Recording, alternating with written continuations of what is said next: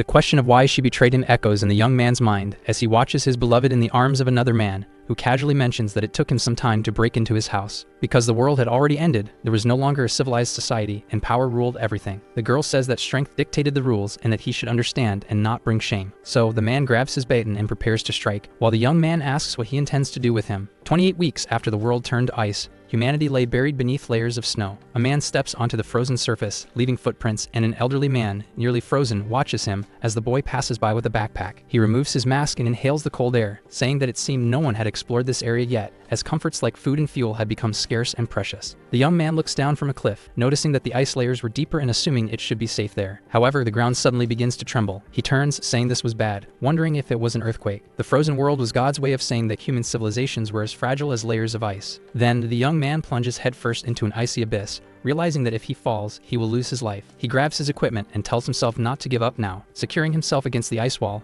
barely managing to stay on his feet, he thinks he isn't slowing down fast enough. Eventually, he crashes onto an old store. Lying on the ground, he smiles, saying that he landed in snow and would have died if it had been solid. After all, as the saying goes, what doesn't kill you makes you stronger. Looking ahead, he appears anxious, because the scariest thing in this frozen world was a three-eyed creature, which some call the White Skins, monsters that see humans as prey. The young man is about to finish his sentence, but is startled by white armor. He immediately flees, thinking that he is still far from being safe. A parasite crawls along the ice stalactites hanging from the ceiling. Just as the white armor is about to seize the young man, the ice stalactites are severed. They shoot toward the demonic creature, piercing its head before it can harm the boy. He wonders if it was just a collapse caused by the commotion, but quickly changes the subject. Either way, he was safe. Snow begins falling again above him. The boy shouts that more were coming. However, the snow only falls beside him. He is buried under the snow and sighs in relief, thankful to be safe. Yet he is now trapped as the parasite slithers toward him, creeping closer to his arm, which is stuck in the snow, and then merging with him, making the boy wake up suddenly, but with one of his eyes now a different shade. Kneeling in the snow, he asks what just happened. However, a blue vein had spread along his neck. Either way, he had been outside for quite a while now. Then he notices a chocolate bar and says he can't return empty-handed. He needs to hurry. Amidst a massive frozen structure, he reflects that with most streets buried beneath layers of ice, he should return using tunnels, but he isn't sure how much longer he can continue living this way, since it wasn't any better than living inside the buildings, where many people had been trapped when the disaster struck, and with resources running low, no one knows what could happen next. After all, not everyone could avoid crossing the line. He approaches a corridor and looks around cautiously, noticing that no one is patrolling there. He should get home quickly. Knocking on the door of apartment 409, a girl with two buns in her hair opens the door. The young man asks why Ming opened the door like that, but the girl quickly embraces him, saying she really wanted to see him. She asks if he missed her, and he nods, saying he did. But he also wants to know if she locked the door, to which the girl dramatically asks if locking a door is more important than his girlfriend. The boy pulls out a chocolate bar, saying he found it for her, handing it over. She is surprised and asks what it is. Soon realizing that it's a chocolate bar, she hugs her boyfriend tightly, screaming that she loves him so much. Pulling back, the girl asks if that's all,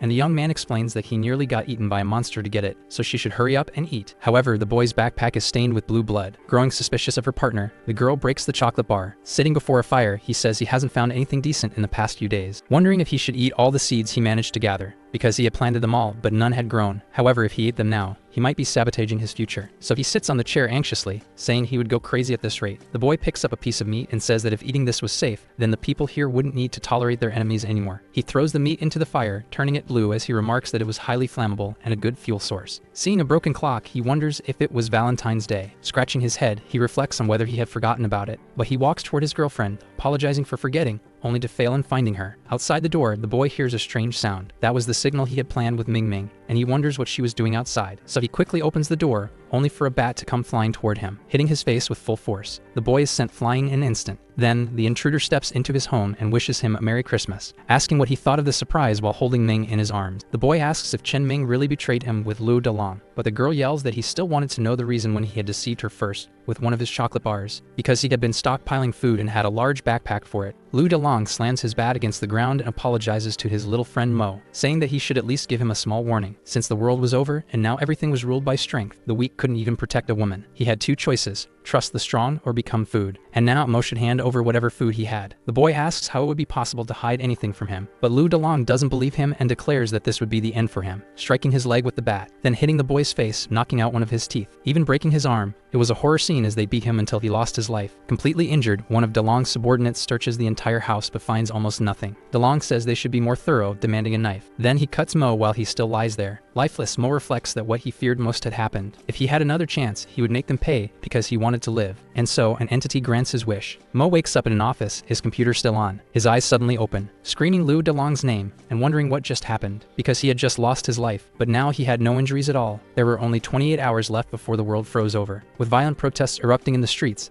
the police department had deployed a massive force to contain them. At the same time, the elites of Manhattan were drinking with their companions, and the gangs were making deals in the deepest parts of Brooklyn, because no one in that city knew what was about to happen, except for him, who had gone back in time. People admired the northern lights in the sky, but the boy already knew that they were a prelude. Then he looks at his phone, thinking that the only person who would call him at this hour was his girlfriend Ming Ming. He remembers her calling him weak, so he reflects that he had never noticed her true nature, someone who betrayed him in such a way. Thus he decides that he will cut her out of his life. He answers his girlfriend's call. She asks if he is working hard right now because the aurora looks beautiful, and she asks her boyfriend to send her some money, since her credit card was frozen. Mo, however, tells her that they are breaking up and that she should stop calling him from now on, leaving the girl in shock, but he simply deletes her contact from his phone. As he walks, he reflects that now that he has a second chance, the girl who made him lose his life should just freeze along with everyone else. On the Brooklyn neighborhood bridge, the time was 11:58 p.m. as the boy says that for this opportunity, he needs to prepare properly. In his past life, within the next 24 hours when the world froze, the temperature would drop to 0, and he had 28 hours. In theory, it seemed like a lot of time, but what people would do would only bring chaos and collapse, so realistically, he needed to gather as many resources as possible within an hour. Besides daily necessities, he needed equipment for self-defense amid this chaos, so he planned to look for something like a pistol. Police officers saw the boy walking and said he looked suspicious wandering around at this hour, so they should work together to apprehend him. One then stepped out of the car and called out to Mo, ordering him not to move. Pointing his gun at him, he commanded Mo to place his hands where he could see them. His partner spoke into the radio, reporting that they had a suspect on 4th Avenue, while the officer asked what he had in his hand. Meanwhile, the young man analyzed the officer's confusion. He said he was just holding his phone, but the countdown hit 0, and he reflected that he didn't have time to waste on a pig like the officer, so he prayed that they would let him go after an inspection. The officer warned him that at an hour like this, he shouldn't approach without caution. Meanwhile, his partner asked what was in the backpack and told him to hand it over. Mo explained that it was just things from his office job, pulling a blue notebook from his bag. In a panic, the officer screamed that it was a weapon, and fired a shot at Mo.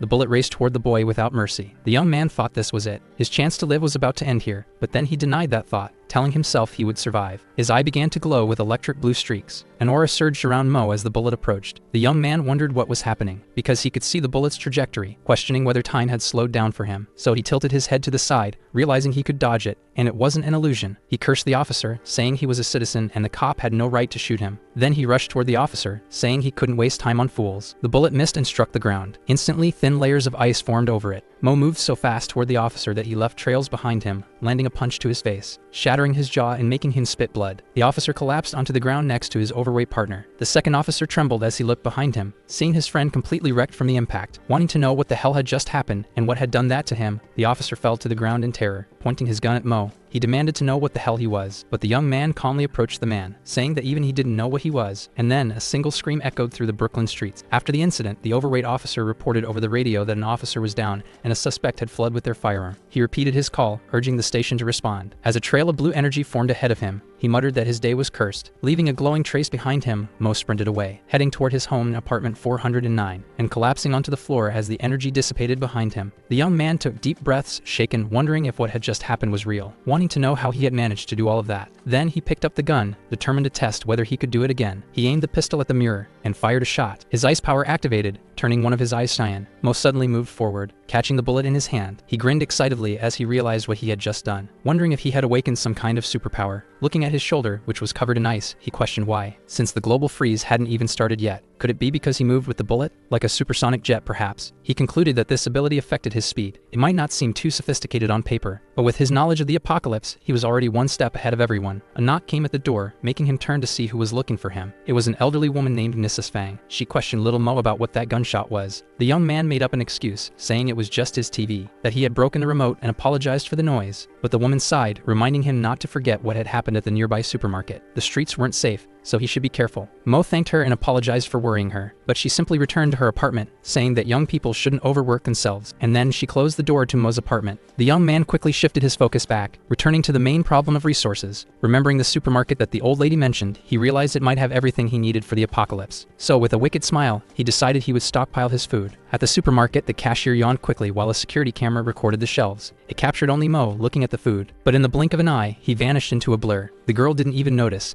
continuing to yawn in exhaustion. But then, an enormous receipt appeared on her screen. She wondered what it was, and if someone had made a purchase. Reading a note at the bottom, she saw a message telling her not to be scared and to go home to stay safe. That made the girl question the strange receipt. First they were robbed, and now they were receiving odd messages upon checkout. However, at the same time, two men entered the store. One of them had a pistol in his hand. The girl sighed, wondering what was going on these days. But then, the man pointed the gun at her head and apologized, because this was a robbery and she needed to hand over all the money in the register. He told her to hurry up while an icy aura crept toward the store. The gun began to freeze from the cold. Then, the entire store followed, coated in frost. A leg stepped inside as one of the robbers asked why it suddenly got so cold. His partner ordered him to turn toward the door, so he did, and came face to face with a tall, slender white armor. The thief demanded to know what the hell that thing was, what kind of monster it was. His partner immediately fired at the creature, but the bullets simply curved around its bluish blood. The thief screamed that they couldn't kill something like this, firing again as the creature's hand reached for him. The monster grabbed the thief while commenting on his face, slowly peeling off his skin with its fingers. Then it ripped off the man's face, saying he tasted bad. The cashier held up her phone, determined to record this. A video captured the monster devouring the thief. Police officers watched the girl's livestream on their phones, commenting that this format was popular. But then, an error message appeared on the screen, making them wonder if it was a government emergency alert. Suddenly, alarms blared throughout the city, warning all citizens. Mo opened his door, hearing that this was a broadcast from the Department of Logistics and Security for the Homeless. He was surprised it was starting already. The city was experiencing an unexplained cold wave, and everyone was instructed to shut their doors and windows. The cold wave was coming, and Brooklyn would be the first to suffer. An hour and 9 minutes had already passed since the beginning. Inside Building 58 of the new district, in an ordinary apartment,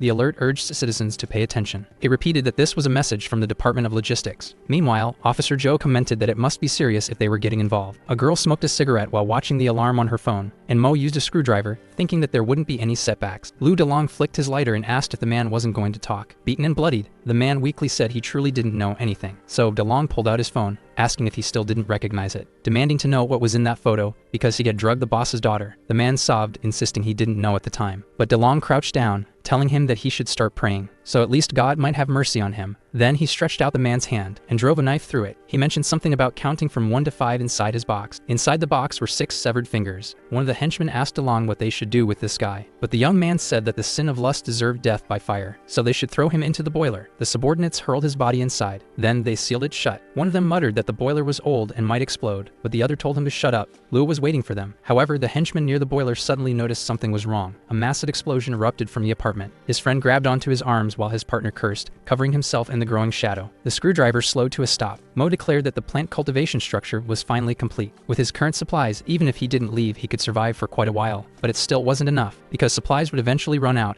and sustainable self-sufficiency was the key. His plan was to build the perfect survival chamber, one that could sustain itself indefinitely. He picked up his phone, noting that the freezing phenomenon had been going on for almost an hour now, and he needed to hurry, because this was the time to speed things up, since in this world, time was life. But then, a knock came at his door, and the young man wondered what it could be. As he opened it, he questioned why the sensation felt so familiar. Officer Joe apologized to Mr. Mo for disturbing him. Mo then asked old Joe what the problem was, wondering what was going on. Joe explained that the temperature had suddenly dropped, and the heating system was broken, so he was warning everyone to stay safe. Mo remembered something happening last week. The malfunction wasn't fixed in time, and when he had gone to repair it, it was already completely broken. He couldn't repeat the same mistake, he had to fix it, so he asked the officers to let him take a look. Then he closed the apartment door behind him. Climbing the stairs, the officers asked where he was going, and Mo asked if the boiler room wasn't supposed to be here. Joe explained that the boiler was in the basement. They needed to go downstairs. Mo reflected on how the boiler room was illegal in the apartment complex. Fang had mentioned it before, so it should be upstairs. He wondered if he was developing early amnesia. Inside the basement, Joe commented on how cold it was. Then Mo noticed something strange about the smoke. It felt like cold air. Joe led him toward the boiler. Mo tinkered with it, saying it should be fine now. But then he noticed a blue liquid on his hand and wondered what it was. Joe's partner asked if there was a problem, and at that moment, 2 white skins appeared behind him, exploding his head while screaming for fingers, saying that they were growing back. Mo questioned how this could be a white armor, while Joe panicked,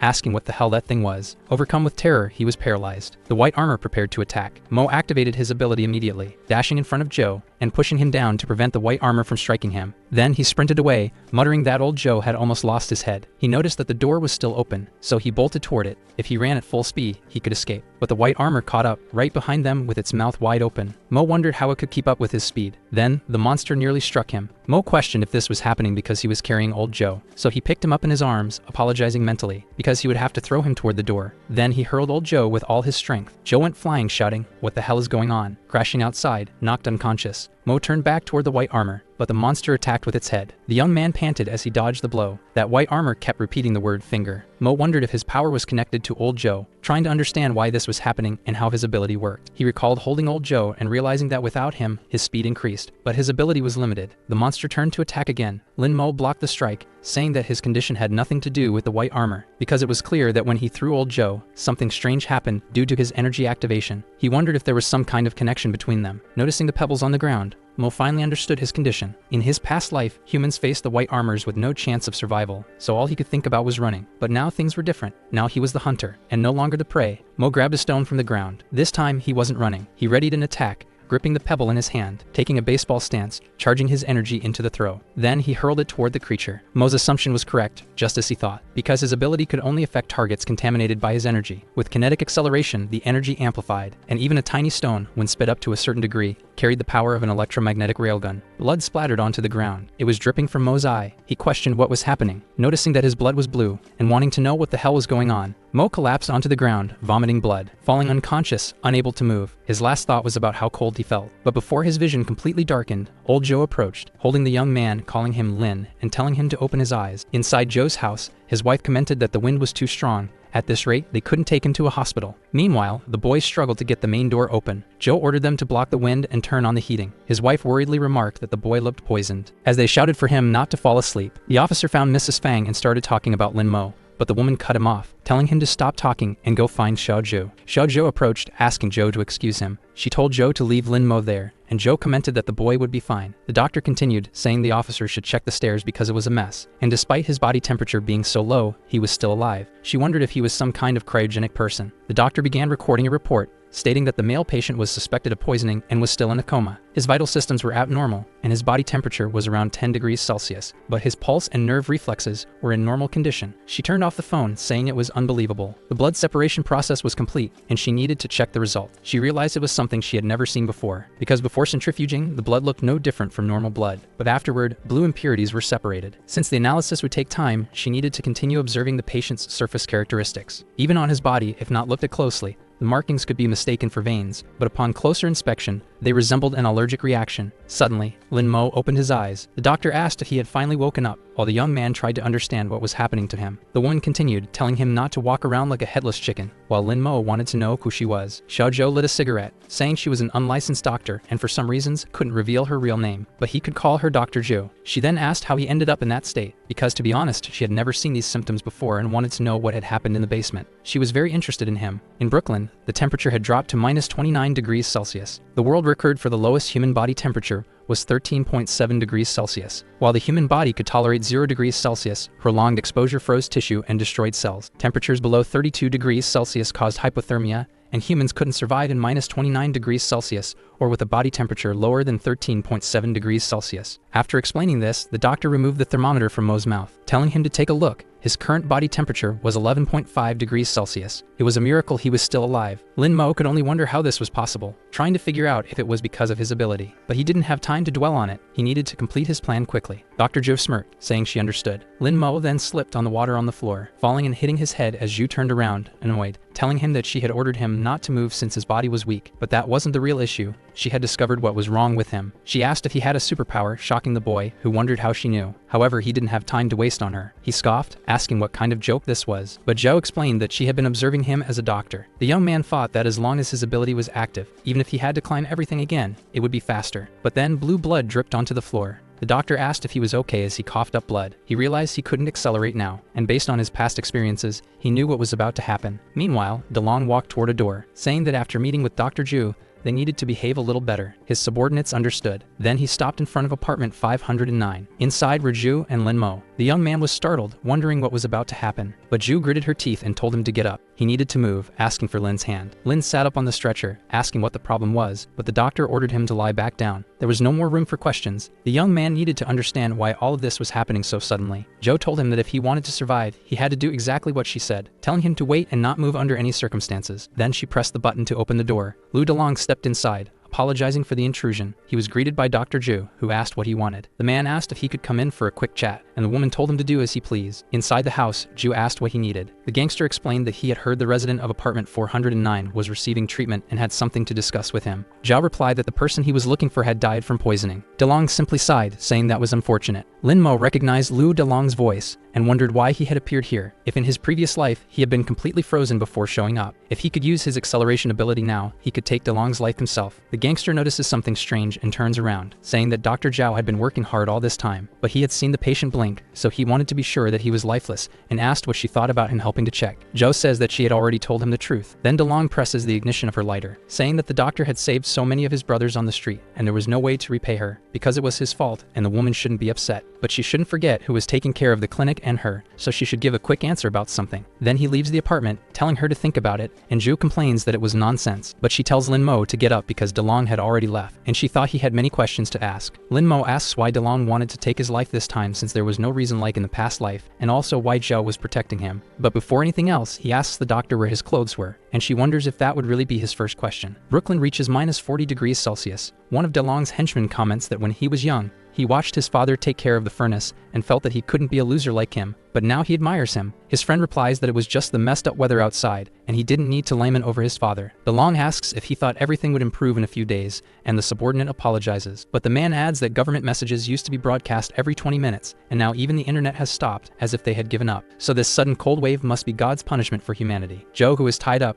asks why God doesn't punish a sinner like him then. DeLong approaches and says he was just managing the apartment and wanted to know if the order he created wasn't harmonious. But the officer complains that he ordered everyone to leave and get supplies for him, or else he would cut off the heating. The gangster asks if it wasn't fair since it was an equivalent exchange. Joe simply calls him a parasite. DeLong turns around, saying it was a shame Lin wasn't among them. Otherwise, he could be benefiting from someone else, leaving Joe in shock because of that. Joe asks if Lin was already dressed and tells him to come to her when he's done, but the young man was struggling even to get dressed. He asks what she needed, and the doctor wanted to know if he had any idea how long he had been unconscious. The young man guesses 6 hours, but she replies that it had been 6 whole days, completely surprising him as she explains everything that happened during those days. Since DeLong controlled the heating system, forcing residents to trade supplies for it, many people were forced to go outside, which was the same as losing their lives willingly since those who went out thought they were going to heaven anyway. Lin Mo curses him, saying that no matter where he was still a beast. Then he asks if there was any way to recover his body. Joe smiles while the cigarette is still in her mouth, saying yes, and if he wanted her to tell him, there had to be a condition, since she runs an underground clinic and she doesn't do charity, and she asks if he would accept. Lin Mo asks what the condition was because he would agree as long as he could do it. Then she holds his chin and says he has to be her research subject and allow only her to study him,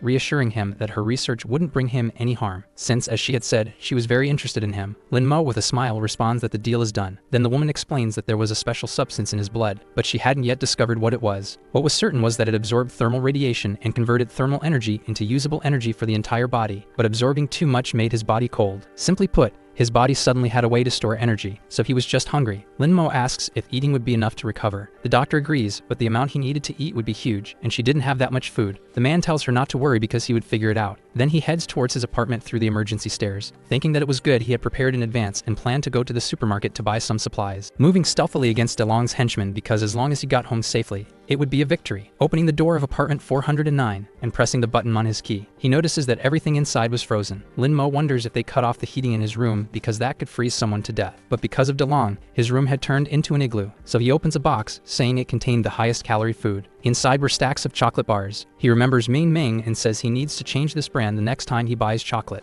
Then he bites into the bar with all his strength. However, there was no reaction, and it seemed like that amount wasn't enough, so he needed to increase the dose. So he does, eating chocolate non-stop and feeling the sensation, because it was as if something inside his body was creating heat, and it was a bad feeling like he was about to lose control. The henchman opened the apartment door, asking why it was unlocked, since the boss was planning to cut off the man's fingers to force it open, but today it just opened on its own, and there were tons of supplies inside. Lin Mo smirks while eating the last chocolate. The henchmen ready their weapons and ask who he was and how he opened the door. Joe in her lab reflects that the final simulation report was ready, and she should see exactly what was inside his body, noticing that the reversal process affected neural activity. Therefore, that was bad. If too much glycogen was replenished, he would become different. One of the henchmen yells that it didn't matter who he was because everything there belonged to them. But Lin Mo's previously bluish energy turns red as he enters a state of madness. 72 hours earlier, Joe went to the boiler room and asked what the hell had happened there to turn room 409 into this, noticing something strange forming on the floor and wanting to know what it was. But she collects it as a sample, saying it was interesting. However, a camera was pointed at the place. She says it looks like she'll have to go to the security room to find out the truth. From a recorder, a man starts an announcement, telling all residents to pay attention, because they should distribute supplies rationally to avoid waste. DeLong's henchman grabbed Joe by the arms, saying he was too heavy, but his friend reminds him not to forget what the boss said and to keep an eye on the boiler. DeLong continues, saying that all residents must pay a small compensation in exchange for heating. And a drunk man asks if this was some kind of joke from Joe, but his colleague replies that it didn't seem like the old man. Then the gangster explains so that everyone understands the seriousness of the situation, walking over to the heating switch, saying he would turn it off for a while to save some resources. With his lunatic expression, he shuts it down. Lin Mo suddenly wakes up, facing a man who asks if he hates. The boy was dressed like a prisoner and asks what he was supposed to hate. Then the figure asks if he hated DeLong, repeating the name Lu DeLong. Lin Mo replies that it was obvious he hated him, grabbing one of the henchmen by the neck while emanating his energy. The henchman is surrounded by a red aura. Then Lin Mo's eye turns the same color. He thinks that the henchman was Lu DeLong, saying that human flesh and beef tasted similar. Then he hurls the man far away, sending him out of the building and making him crash to the ground while burning in red energy. The people outside are shocked, seeing the completely charred body in front of the building, saying that he looked like he had fallen from the 4th floor. His friend asks what the hell just happened and who Lin Mo was, wondering if he was an alien as he approached him. He notices the energy and questions if it was a red aurora, quickly realizing there was no way to win against Lin Mo, and rushing at the man, planning to do whatever he could. But the hooded figure smiles, seeing the image of Lu DeLong in the henchman. He uses his speed to appear behind him, shocking the boy with his incredible speed. Lin Mo calls him to come at him, trying to provoke him, and so the henchman swings at him, but the man was no longer there. Trying to strike again, Lin Mo appears behind him, thinking of Lu DeLong, telling him not to move. Then the hooded figure prepares his hand, stretching it back as the henchman runs toward him, and then activating his power with his eye, dashing forward and slicing the man's body in half. Someone suddenly opens the door. Ming calls out to Lin Mo, shocking the boy with her presence. He looks at Ming, who was pointing a gun at him. Then shooting a dart toward his stomach, he asks why. Zhou says it was just insulin, making Lin Mo's aura dissipate, and as he falls into her arms, the doctor explains that it was to break down the excess heat in his body. But she looks ahead, astonished. Because all the plants had bloomed, she wanted to know what had happened there. Hunger is a catalyst for human atrocities, from eating each other to wars, which are things that repeatedly occur throughout human history. But as agricultural technology developed, human society gradually stabilized. However, hunger never left them, for in a frozen world, cultivation is an almost impossible task. History was about to repeat itself, but there is always an exception. So Lin Mo sleeps with his head resting on the plants. Zhou comments that he hadn't been awake for long and would have to sleep a little more, apologizing. But she wanted to know what all of this was. Picking up a tomato with her hands, she takes a bite of the tomato shortly after. The doctor tries to analyze the taste, saying that it wasn't bad at all, and the quantity was enough to feed the entire building. 2 people walk through the snow. The stomach of a girl growls, and she feels embarrassed by the sound. Her partner asks how she's feeling, and if she can hold on, but the girl simply says that it shouldn't be a problem. Then her friend touches his coat and says he just remembered a chocolate bar. She tries to be polite and refuses, but the man says that the bar was almost taken by DeLong, and he thought it was in this coat. His wife tells him to stop looking and asks if he doesn't remember, because they gave the chocolate bar to their daughter that morning. The husband turns to her, stunned. Then he laughs, saying he completely forgot, depreciating himself, saying he was useless, while a claw appears beside his head, destroying the man's face with a single strike. His wife stands in despair at what just happened. After all, they were facing a massive white armored creature that held her husband in its hand, then devouring the rest of the man's body. His blood splatters onto his wife's face, and the white armored creature says she looks delicious. The woman looks up and asks what that thing was, but someone blonde yells at her not to stand still, so she turns toward the voice and runs to escape the monster. The blonde shouts for the girl to come to him, and to run if she wants to live. The woman runs away from the white armored creature, but the monster tries to grab her with its hands, and the girl only glances back, tripping in the snow and tumbling away. She falls hard onto the ground, and tries to get up while the monster chases after her, crying as she pleads for her life. The blonde grabs a bottle of alcohol with a rag and ignites it with a lighter, throwing it toward the creature, which gets hit, triggering an explosion. Sparks of fire land on the woman, while the creature is engulfed in flames, screaming that it hates the heat, giving the wife a chance to escape. Facing the building, she thinks the monster might not have followed her. Seeing an elevator, maybe she could be saved, but the monster was still behind her, completely shocking the woman who desperately wanted to live. She cries again and repeatedly presses the elevator button, and the white armored creature keeps calling out to her. The girl screams at the Dan elevator to hurry up, but the blonde appears, ordering her to close her eyes, completely surprising the woman who wasn't expecting it. Lights begin to flash, blinding the creature, which screams that it hates the brightness, and the blonde raises his hand,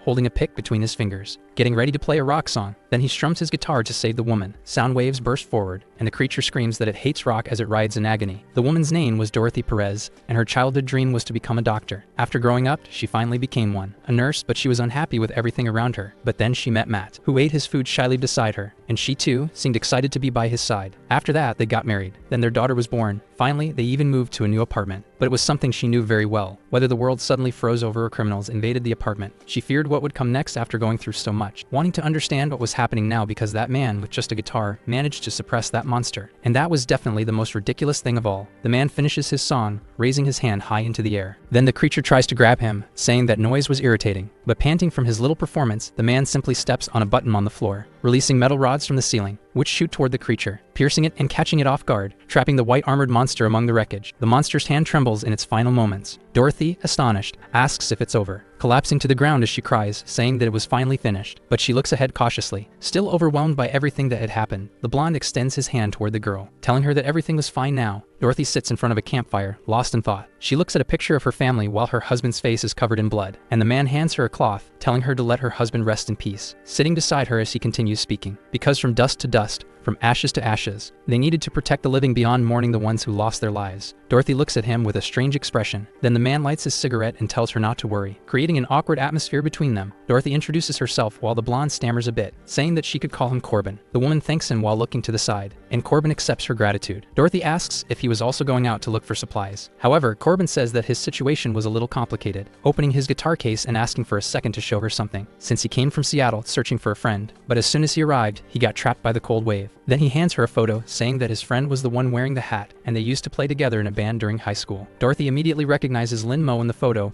and says he was the guy who lived in apartment 409. Then a loud noise shakes both of them, and Corbin asks what was happening, because the entire city was trembling from the event. He asks what those things were, as a white armored monster stomps on the ground, while another has its neck slashed open, and a third has elongated arms. A whole army of pale-skinned creatures advancing. Dorothy notices the direction they were heading, since it was toward the apartment building. Lin Mo finally wakes up, wondering how he passed out, and in front of him is a woman's body. Startled, he tries to understand what is going on. Zhao finishes doing something behind him, and asks if he was awake already because she had put something on him, making Lin Mo question what was placed on him. But the young man was restrained in a chair, and the doctor tells him she installed a safety measure on him, revealing a collar around his neck. Collars are one of the oldest ornamental pieces, and their meaning has always changed. In the past, they were a symbol of slavery, representing control and ownership, but now they can also be a toy for adults. Zhao says Lin Mo shouldn't worry because the collar on his neck was definitely not for those purposes, so he asks about it, thinking that he wouldn't have thought that way if she hadn't said anything, telling her that he agreed to be her research subject, but not for this. The doctor says that the collar was a special monitoring tool,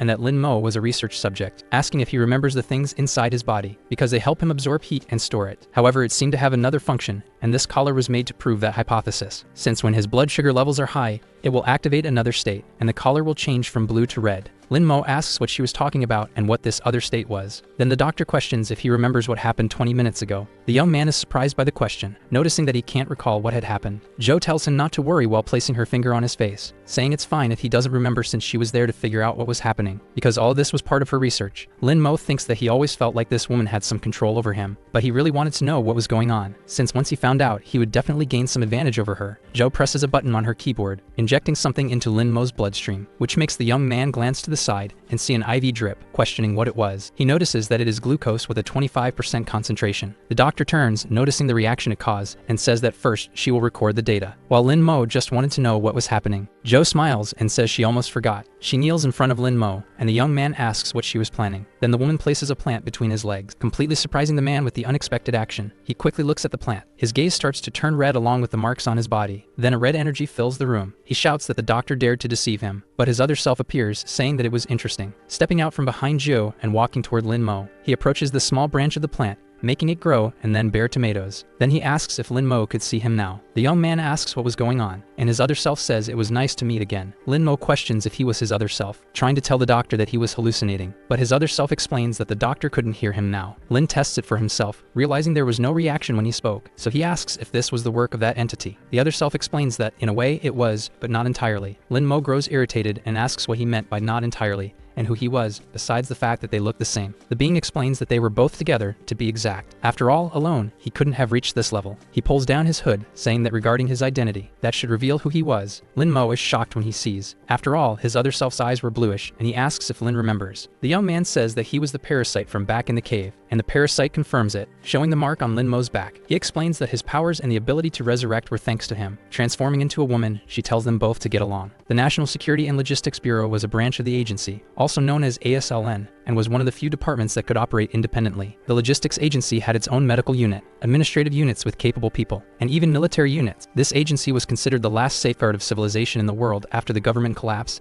and someone calls out to Xiao Luo, asking if the network had not yet been restored, while the woman had a photo of herself and Zhu on her desk. Xiao Luo says that Miss Barbara had asked the same question 28 times in the last 2 days. Then Barbara sighs, looking at her partner. Xiao Luo begins to explain about the information department and a hardware issue, but Barbara shouts that she already understood. She has the surname Ripley and is a level 4 leader in biochemistry, saying that, to be honest, they were just passing responsibility around. Barbara asks if the report was complete, and Xiao Luo says it was almost ready. The woman says that was good enough and that it should be sent to her first, and her subordinate questions about the rest. With disdain in her voice, Barbara says that the bald guy wouldn't read it seriously anyway. Because the situation was urgent now, she opens a government document. She thinks that it was all starting again, and her bald boss complains that this was not the time to discuss such things. Frank Kordick, a level 2 minister, shouts that first, there were climate changes, then cyber attacks, rendering communication useless. And even the frontline operators had been out of contact for 48 hours, not to mention that their agents had not been properly activated. Therefore, they were in trouble and needed to act. He says that war never changes, and his soldiers, but he is interrupted by a kick from Barbara straight to his lower parts, saying that he shouldn't be worrying about political matters right now. In the sample observation room, she asks if he understands her urgency. Frank stares ahead, stunned, and Barbara explains that the white armored creature was found near the bunkers. The monster merely repeats that it was just a husk. Xiao Luo says that the creature was a mutated human. Frank questions this, but Barbara tells him to look at the monster's neck. The bald man starts to focus, noticing a collar on the creature, which he identifies as a member of the Field Operations Department. He wants to know what was going on there, and Barbara explains that it happened before the network went down. A signal from a missing agent was detected near the bunker, but when the department found his body, he was already lifeless, and his codename was Silver Hammer. She explains that 24 hours later,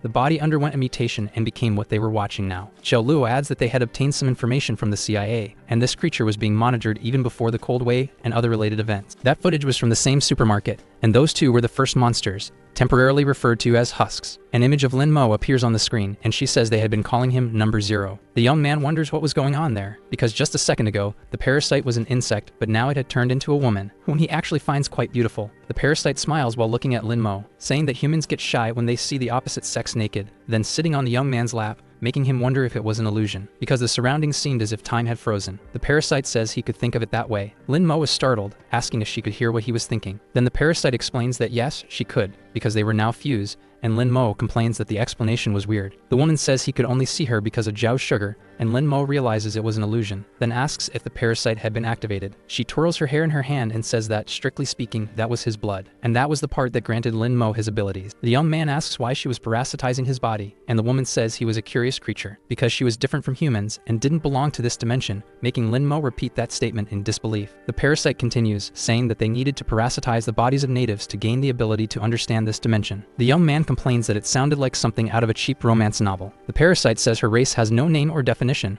traveling between dimensions without perceiving time but unable to interfere, needing hosts to break barriers. However, she admits it must be hard for humans to understand, saying that they wanted to hear their own names and see the castles built over time, yet they couldn't interfere with the world, questioning how they could prove their own existence. Lin Mo asks if this was existentialist philosophy, because from what she was saying, she sounded quite lonely. The parasite is suddenly surprised, then bursts into laughter, asking if he was feeling sorry for her, and if this was what humans called empathy. Then choosing humans as hosts seemed to have been the right answer. She embraces him, saying that his current expression was cute, but she had some bad news. Since the moment they fused, Lin Mo had become a target for the husks. The white armored creatures advanced toward the apartment, taking the form of wolves that gathered together. Their leader comments that the scent there was of food, but he also smells an enemy, ordering his group to move toward the building. The creatures crash into the structure. Lin Mo asks what the parasite meant by husks, and she responds that he would find out soon. However, if he needed anything, he could seek her out since he now knew how. Then the parasite claps her hands, and time resumes its normal flow. Meanwhile, a vial falls close to the ground. A severed head lands beside it. A girl runs away from a white armored creature, in a corridor filled with lifeless people due to the sudden attack. The building's residents run, rushing down the stairs, but a man is cornered by two monsters, banging on the door and shouting that it had locked itself at the worst possible moment. The white armored creatures finally reach him, piercing his body as they break through the door. Liu Delong's subordinates had been taking care of Officer Zhou, but they prepare to fight as the creatures invade, asking what the hell those things were. Zhou only watches as the two men are impaled by the monsters, wondering what those things were. Since they looked like the creature from before, he notices some red points on the monsters, questioning if they were sucking blood. However, the monsters hadn't noticed him yet, and he needed to find a way to escape. It would be difficult to break the rope without tools, and the pillar had no sharp edges, so he decides to resort to an old trick from his youth, gripping his thumb with the other hand and pushing it downward to dislocate it, freeing his hand from the rope with ease. Zhou says it was good to have those old injuries from his youth. Now his fingers tend to dislocate easily. He tries to move stealthily since the monsters don't seem to have noticed him. However, he realizes that in this situation, he couldn't leave empty-handed. Zhou thinks he needs to find the security vault, and luckily, the thieves hadn't realized it was a weapons cabinet. But then, a white armored creature appears in front of him. Zhou curses the whole situation out loud. Meanwhile, Zhou comments that, just as she suspected, the plants respond to his influence, capable of growing rapidly, and Lin Mo asks if she could undo everything. The doctor says that although he can do it, the boy cannot use the ability for long periods, or he would end up weakened. She has collected most of the data she needed, and Lin Mo yells at her to hurry up and help him undo it. A tremor shakes the room, and Zhou questions what that sound was. The door of the room begins to rattle. Frightened, the doctor asks what is happening. Lin Mo is surprised and asks if it could be a monster. One suddenly appears in the room. He notices that it is a white armor. The parasite whispers in his ear that it is the shell. Lin Mo turns around, asking why she is still there. But the creature puts a finger on his mouth, saying that this was not the time to be thinking about that, because if he doesn't act fast, Zhao will lose his life. Lin Mo activates his ability and rushes forward, questioning why all the women around him are so difficult. He picks Shu up in his arms while apologizing and asking for her permission. Then he flees far away using his powers. The creature attacks the wall since Zhao is no longer in front of it. Lin Mo lands on the ground, still holding the girl, and asks if she is okay. However, he notices the girl's embarrassed expression. She touches his chest and says it was fun to experience his ability like that. Lin Mo helps her up while they both face the monster. Zhou questions what it is, and her friend responds that he doesn't know, but it is definitely dangerous, calling for Dr. Zhu while stepping in front, because he wants to deal with that creature. Zhao reminds him that he shouldn't overuse his abilities, and the boy agrees, saying that he wants to tell her something, since although she is a bit clumsy, judging by the results, she really helped a lot, and he thanks Dr. Zhu. She is completely surprised by this, and questions why he is bringing this up now. Lin Mo prepares for battle, and says they can deal with those small matters later, because he will make sure to properly thank her. Several white-skinned creatures appear in a room to face him. The boy is taken aback by this, wondering if it could be a collective action. Dealing with one was easy, but with so many, he might fall into a weakened state again. Zhou asks what's wrong since she was eager to see how he would thank her, and Lin replies that maybe she should wait a little longer. Then the monsters charge at him. Realizing he will have to face the white armored creatures head-on, he prepares a combat stance against them. Zhou picks up the tablet and says that since this is the case, she should test his limits, monitoring his glycogen at 100%.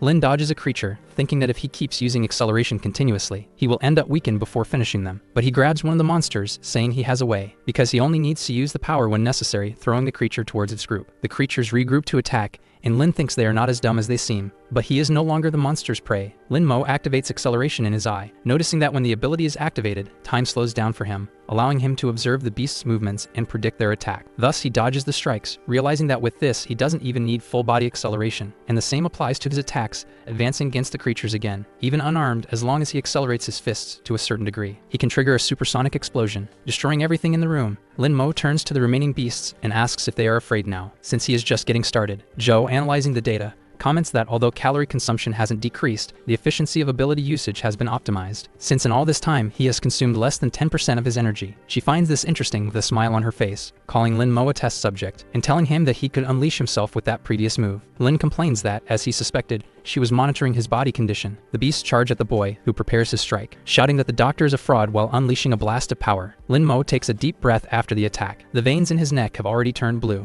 and his arm is still consumed by energy, but his glucose consumption is still at 83%. The doctor approaches, saying he has mastered his abilities very well, and the boy just turns to look at the woman. She continues, saying she has a question, since he seems to know a lot about these things, ordering her test subject to tell her everything he knows while exhaling smoke from her cigarette. In the boiler room, the body of the white armored creature stretches out in blood. Zhou was unconscious beneath the monster, but suddenly he opens his eyes. Looking around, he asks what is happening and notices the blood on the floor. He pulls the knife from the monster's belly. While trying to understand what just happened, he moves the monster aside. He remembers the fight he had against the creature, and that if he hadn't had the lever, he would have been finished. But he walks out of the room, thinking about what would happen if the monsters appeared again, and he wasn't as lucky. A vibration comes from the phone in his pocket, making the man question whether the network was still down. But the call was from an unknown number. Joe puts the phone in his pocket, and the caller greets him with a "Good morning, Josh Castillo," asking if he should call him Mr. Curved Blade. Lin Mo explains everything he knows to Ju, while thinking that he wouldn't mention having lost his life once and traveled through time. The doctor changes her outfit and comments that she expected as much, but if he was done talking, he should help her with the zipper. The young man zips it up while she explains that it was a prototype environmental protection suit from her previous job, and Lin questions the sudden outfit change. Joe tells him to look at the ceiling. Since the white-skinned creatures had invaded the vents, they might have damaged the ventilation, and asks if Lin hadn't noticed the temperature drop. A noise is heard outside. Both go to the door. Finding Dorothy's daughter, Joe comments that it's just a child, and Lin says she's his neighbor. The little girl runs, and the young man chases after her while the doctor says she hates kids. Lin is surprised when he looks down the hallway, because the path is covered in blood, and a little girl is pointing. Zoe notices several corpses on the floor and says they are residents of the building. While Lin wonders why all of them have gunshot wounds, he approaches the child, telling her it's dangerous around here. But the girl points to old Joe, who is lying on the ground. Lin thinks that he had already lost his life, and in his previous life, it had been Joe who took the initiative to share food, but he also lost to a white armored creature. So he touches the body's shoulder, saying that, in the end,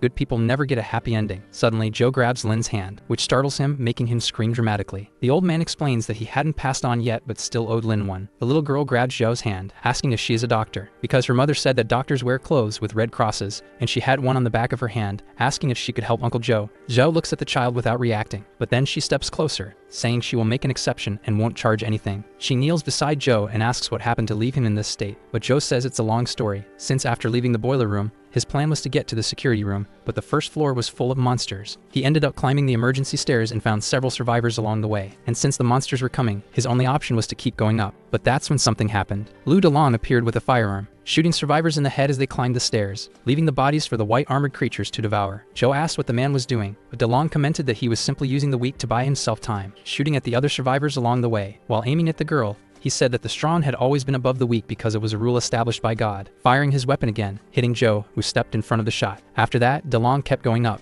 while Joe lay there bleeding until he lost consciousness. Zhao says that fortunately, the bullet didn't hit a vital point, but he lost a lot of blood and needed to get to a safe place. Lin Mo repeats the name Lu DeLong with rage, stepping forward as Joe asks what he plans to do. The young man looks back while activating his abilities. DeLong shoots at other people along the way who scream for him to wait, saying they are human, but the man contradicts them, saying they are just weak meat, and that having bodies everywhere was good since it was enough to slow the monsters down. Because although that place was an old warehouse, it should be the safest spot in the building. He opens a door, hoping to find supplies inside, but he notices a dark presence coming from the hallway. Lin Mo pulls down his hood, saying that he is facing the man once again, calling out to Lu DeLong with anger. The gangster fires at the young man, asking if he wasn't supposed to be in hell, but Lin dodges all the shots while charging toward DeLong, landing a kick that severs his leg, then lunging forward with his hand shaped like a claw, slicing off the arm holding the gun, and grabbing DeLong's head with his hand. The man asks why he is doing this while Lin heads toward the balcony. Since he hadn't even done anything to him yet, Lin Mo questions how he could say he hadn't done anything, but then he realizes that nothing from his previous life has happened yet. But after coming back, he never sought revenge, as he only wanted to create a safe place for himself. However, looking at the situation now, that had been foolish, as innocent people lost their lives. And all of this made him furious, but it was clear that his anger wasn't just toward DeLong, because he also felt anger toward himself for being such an idiot, burning DeLong's body with his power, and hurling it toward the white-skinned creatures while declaring that now,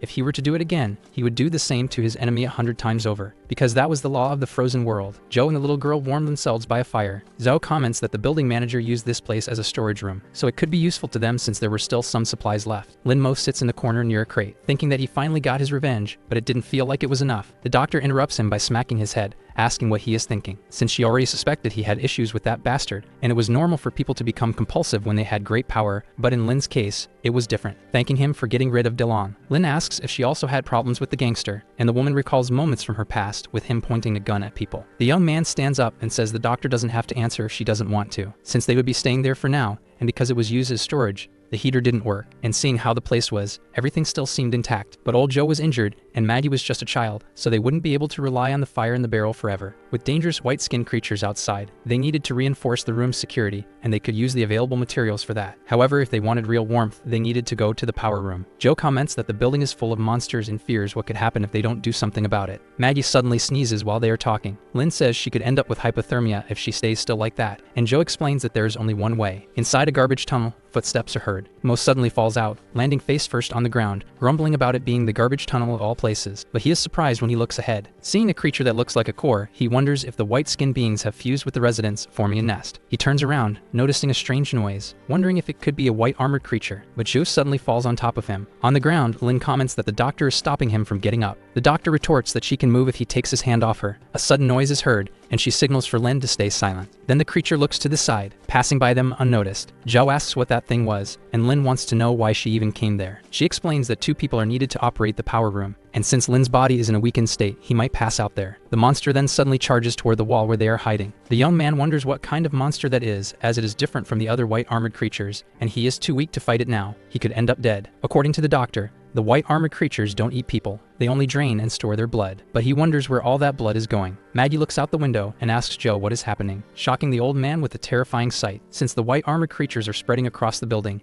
and a female is lying on the ground with an immense belly. Corbin comments that she looks lifeless, and Dorothy says she won't attack them anymore. However, a light appears from the building, and a man is identified as Morse code. Dorothy asks about Morse, and Corbin explains that it is a signal language, allowing communication through different letters of the alphabet and numbers depending on the pattern used. Joe from the window signals with the light, saying that they should understand and not go there. Corbin is surprised by the code, and Dorothy questions what they are trying to say. The young man understands little but tells the woman that they are asking them to go there. Both move toward the building, while Dorothy appears hesitant, and Corbin says that her daughter should be there, but Joe does not want the 2 of them to take that path. Still in the nest, Lin thinks they need to follow that route, but a white armored creature is blocking the entrance. He has no choice but to fight the monster. Cracking sounds come from the ceiling, drawing the creature's attention. Lin and Ju take the opportunity to move forward, thinking that this was a perfect distraction. The doctor comments that the veins on the floor seem connected to those who lost their lives. Lin agrees and says it's bizarre to use humans as part of a nest when suddenly something emerges behind him. It is a white armored creature with a skeletal structure. It takes on a humanoid form, resembling a lich. The creature shoves its hand into its own belly, pulling out intestines and using them to forge a sword, then swings the weapon downward. Lin senses something strange and curses the monster. He pushes Lin aside while accelerating his step. The creature charges to strike both of them,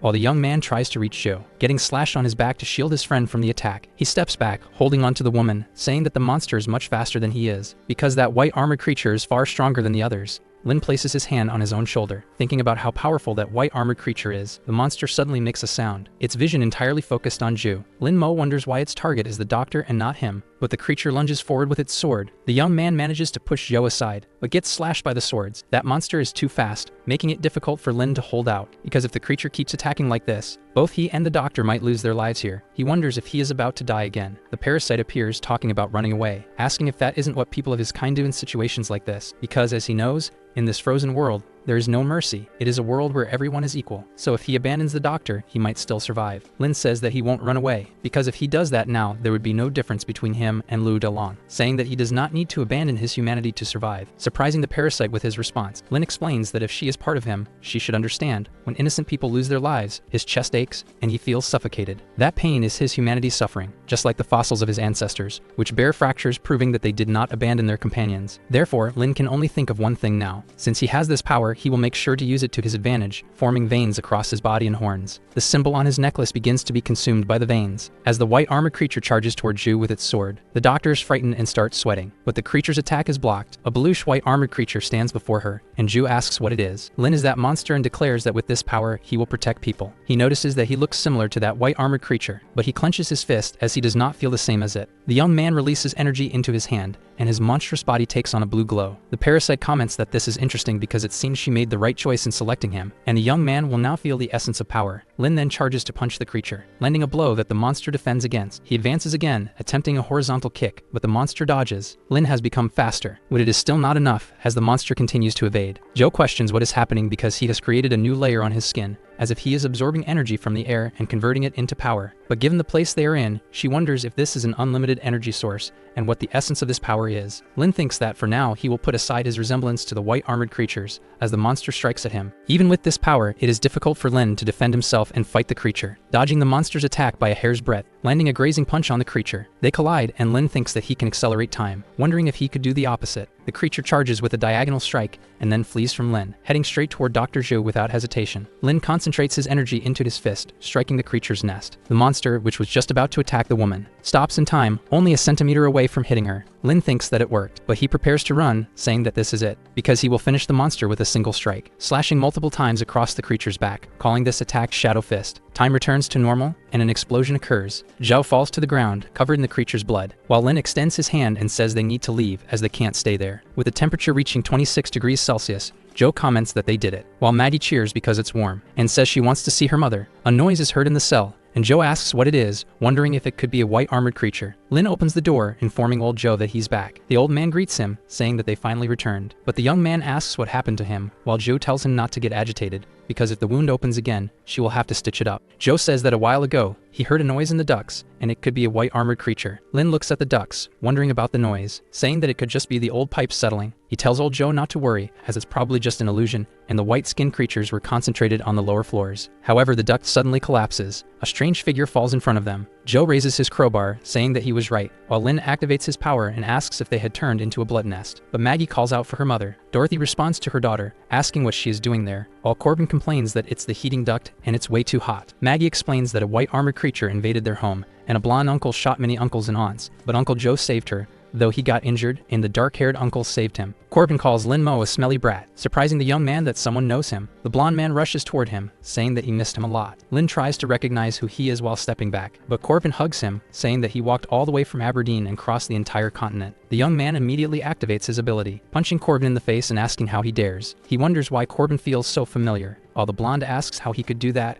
After all, not even his father hit him. Lin wonders if this person is also from this timeline, like the doctor, and seems to know him, but he never had any friends in Aberdeen. Corbin clings to Lin's arm, saying that he is going to form a new band, and Mo will be Slash's right hand while he will be Hendrix's left hand, as Maddie asks if the two of them are friends. Lin is shocked because he just wants to know who this blonde man is, noting that the differences in this timeline compared to before could be explained by the butterfly effect. After all, the future had been altered, but there was no explanation for Corbin. Saying that he could only ask the parasite, he enters his mental world and states that he has some questions for her, but receiving no answer, he reflects that she always appeared on her own, but when he looks for her, she doesn't respond, saying that the parasite is really selfish. Zhao interrupts them, saying that this is no time for reminiscing about the past, but Lin retorts, saying that he doesn't even know him, and Corbin complains that he came all this way just to have fun at his expense. However, the doctor asks about the current situation, because even though they solved the heating problem, there is now a much more serious one, as those white armored creatures seem to be the offspring of that mother, and these nests are sending blood to her. Soon, this building will be assimilated. If they keep ignoring this, once the blood nests take over, Lin finishes her sentence, saying they'll have to face the white armored creature with the intestine sword, saying that if that's the case with his power, he could take it on, but Zhu tells him that it's not that simple, since the indicator light is constantly blue, and after using Hai Sha,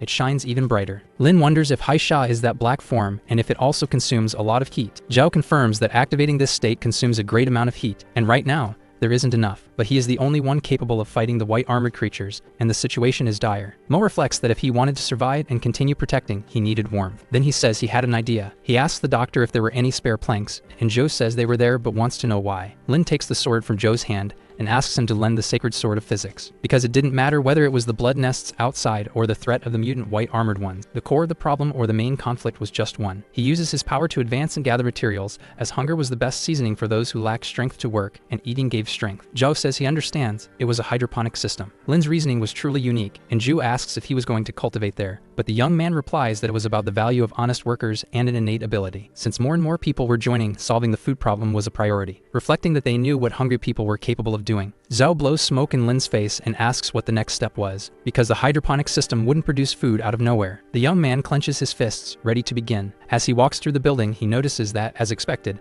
the bodies had disappeared and there were no traces of blood, reflecting that something was collecting the bodies, and it could be that big guy from before. This meant he had little time, and the blood nests would soon reach that floor, so he needed to act fast. Lin wanted to use the black form to eliminate the source completely, but before that, he needed to solve the problem of warmth and food. Corbin interrupts him, calling him Haigu, and asking where he was sneaking off to alone. Lin questions how he followed him, but the blonde replies that everyone understands, and Lin didn't pay attention because he thought having a bad friend like him was embarrassing. However, he understood his friend, and now that he worked at a big company, a beggar like him wasn't well regarded, and Lin wanted to know what that had to do with this guy. Corbin continues, saying that now they were alone, he could speak freely, but the young man just finds him annoying. The blonde places a hand on his shoulder and asks why his brother wouldn't speak, but Lin simply replies that they were screwed. Standing face to face with the big guy in the blood nest room, under a bridge, Corbin calls Jerry, since they were quite similar, because they had both been expelled and could only hide under the bridge. From now on, he and the rat would depend on each other, but if he didn't want to, he didn't have to leave. Besides, it was raining and Lin appears, calling him. He says he knew where his friend was, because whenever he got kicked out of somewhere he hid there,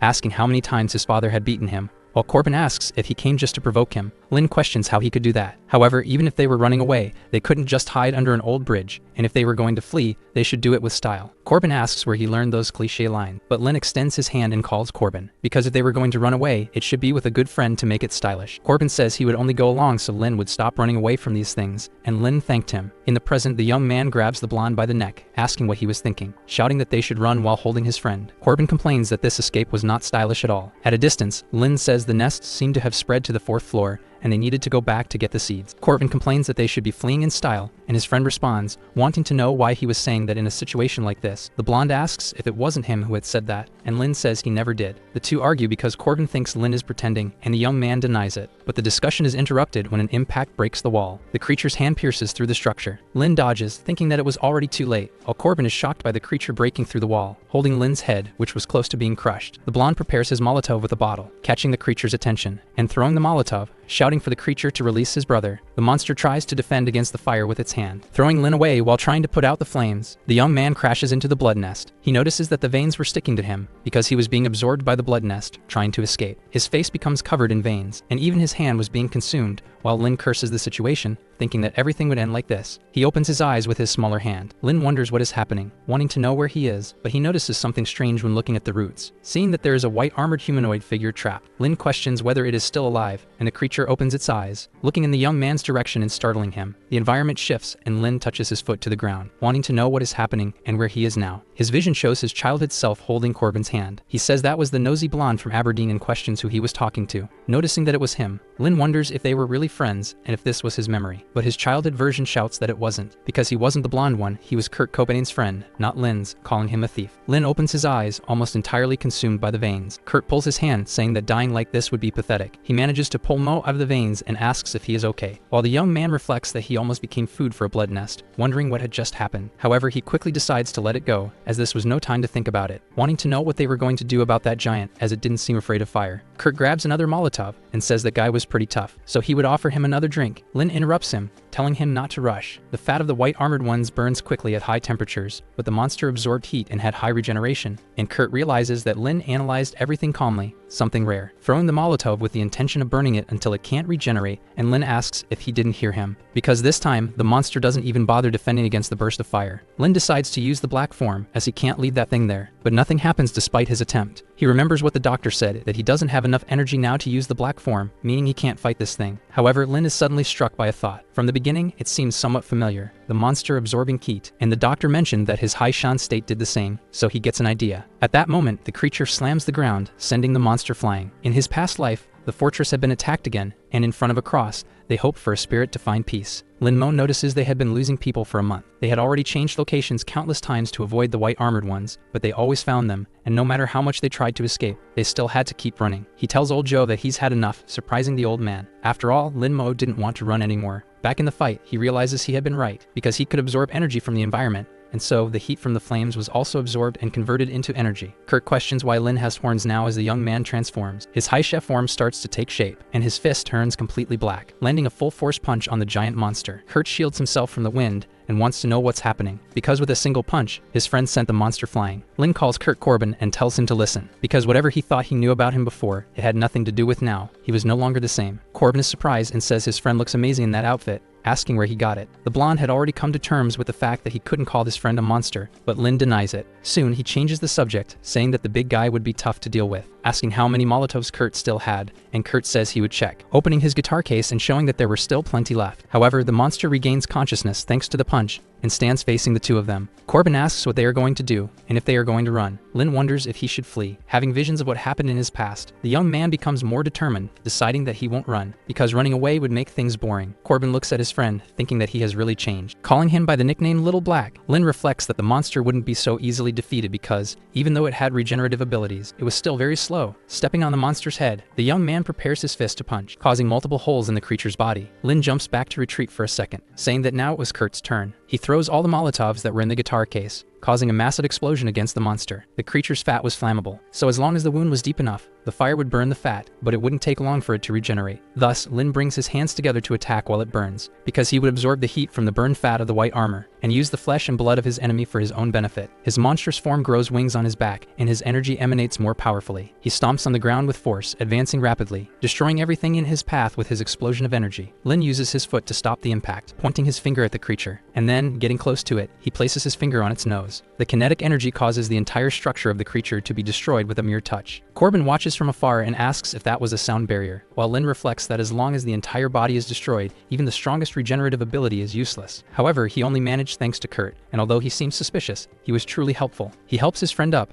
asking if he is okay while thinking that he looked sloppy but wasn't an idiot, and Kurt questions why he is being so polite, asking if they were going downstairs to do that again, making Lin think he was an idiot. Corbin yells when they enter the apartment. In room 409, he says he finally understands, because they were there to get seeds in the nutrient solution, questioning when his friend learned about agriculture and how he got all these things, wanting to know also when he got his powers, but Lin mentally complains about finding an idiot even after being reborn. On Lin's necklace, a voice is heard trying to communicate. The young man is surprised while Corbin asks where he got such a cool necklace. Mo tells him to shut up and places his fingers on his nose. Corbin yells that he is hurting him and that he is bleeding, and Ju asks what the two are doing. Lin asks if the necklace was for communication and also explains that he only managed to reach the room. The doctor announces that she has good news, because they found some old things in the warehouse, like this old radio station. They also found gardening supplies, which the housewife probably used for planting flowers. Lin asks if that was the good news, and the doctor continues talking, because she had a personal request. At the doctor's house, Lin reflects that he couldn't believe he had returned to this place. Corbin comments that even that trashy building had a lab, and his friend says it was a clinic,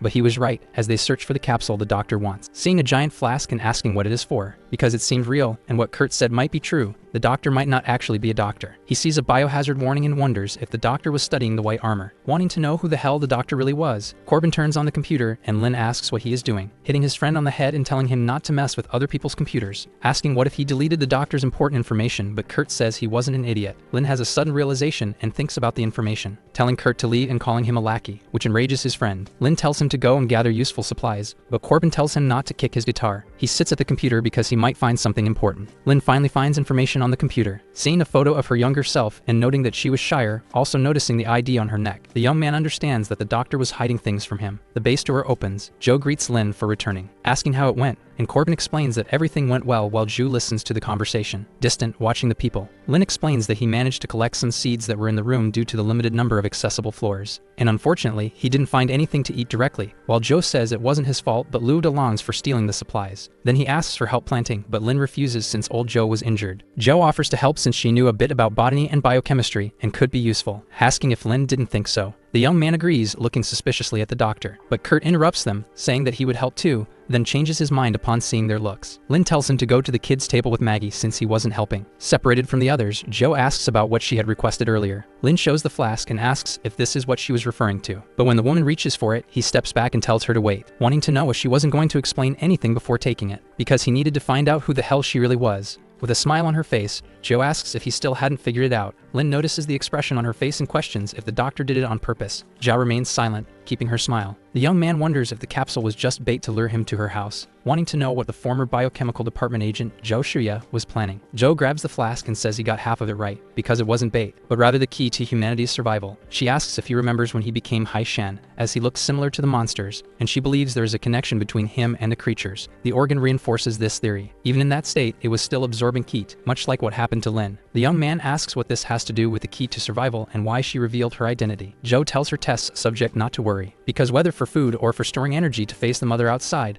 they needed to solve the planting problem quickly. And if she isn't mistaken, when he created the hydroponic tank, he was thinking about using the red limit state to accelerate plant growth. In other words, the key to everything was Lin entering the red limit, but he didn't have enough energy to fight, let alone reach that state. Even if he could absorb heat from the surroundings, he still wouldn't be able to, because his storage organs weren't efficient enough yet to allow it. So if she could add this organ, they could have a more efficient absorption system that would enable Lin Mo to enter the red limit. Lin stops, intending to think for a moment, but Ju presses the flask against his abdomen, summarizing that to survive he needs to insert that into himself. The young man asks if there wouldn't be any rejection reaction, but black veins begin to spread over the flask. Joe asks what that is. Then the veins form a face and an immense force. Lin Mo also doesn't know what is happening, wondering if the Black Fury wants a piece of the white armor's flesh. The flask shatters on the ground, and Ju analyzes that the young man's body couldn't wait any longer. Thus he enters the red limit state, collapsing to the ground as a creature emerges from his back. The doctor wonders if his power source came from a parasite, wanting to know how he could fit such a massive entity inside his body. Lin simply smiles in the red limit state. It was time to plant. He says the seedlings mature naturally, and the shells were sterilized,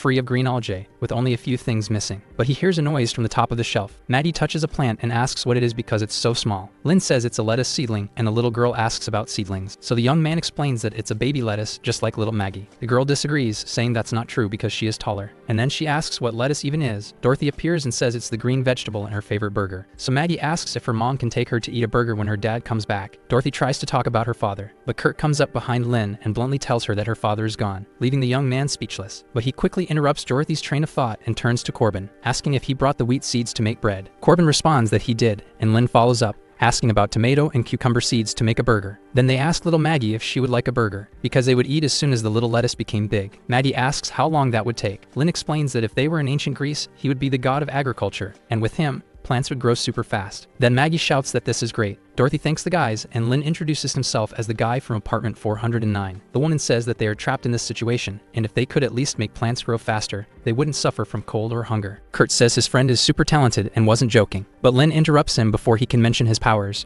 dragging him away and asking him not to say anything because the fewer people who know, the better, and Kurt asks why. Lynn tells him not to ask, remembering Zhao mentioning that she worked on a fire in the field project during her time in the Secret Service. The security level of the program was high, and the departments involved were confidential, even among themselves, but she managed to obtain specific information. A project to infiltrate agents among civilians using drugs, brainwashing, and hypnosis, creating human monitors while the NSB protected the country. She didn't know if the NSB was paralyzed or not, or if there were NSB monitors among them. But if they found out about him, nothing good would happen, and the fewer people who knew, the better. Lynn agrees, saying he had a solution while hitting Kurt on the head. Corbin walks away with Dorothy, saying she didn't need to worry since Lynn was the god of agriculture. The young man looks around, searching for someone, but then he notices he was alone. He points his arm at the plants, deciding he would begin, focusing intensely with his eyes closed, then activating the red limit. But he was being filmed by a camera, and it was being broadcast. A satellite beeps, and communication asks if it has been restored, restarting the system and connecting the satellite to search for whatever they could find in the sky. People ask what is happening because the area was frozen, and they would need to gather ground information to locate terrestrial equipment, activating the only 3 drones available. However, since it was cold, the batteries wouldn't last long, so they needed to collect as much information as possible before losing them. An employee asks what his superior was looking for, and he responds that he was searching for anything useful. She tells the boys to stay low because, with luck, they might find a sign of survivors or a rescue team. One of them responds that there was nothing interesting on his side, noticing the vane on the building and telling them to wait. As he gets closer, the vanes take over the transmission, but the drone is immediately destroyed. The mother raises her bleeding hand, and the drones question what that was and start recording, but the creature begins pulling the vanes from around it. A limb emerges from within the structure. The entire building shakes, including Lynn's room. He wonders if it was an earthquake. He approaches Zhu and asks what is happening, but the doctor tells him to look outside, because it seemed like they were running out of time.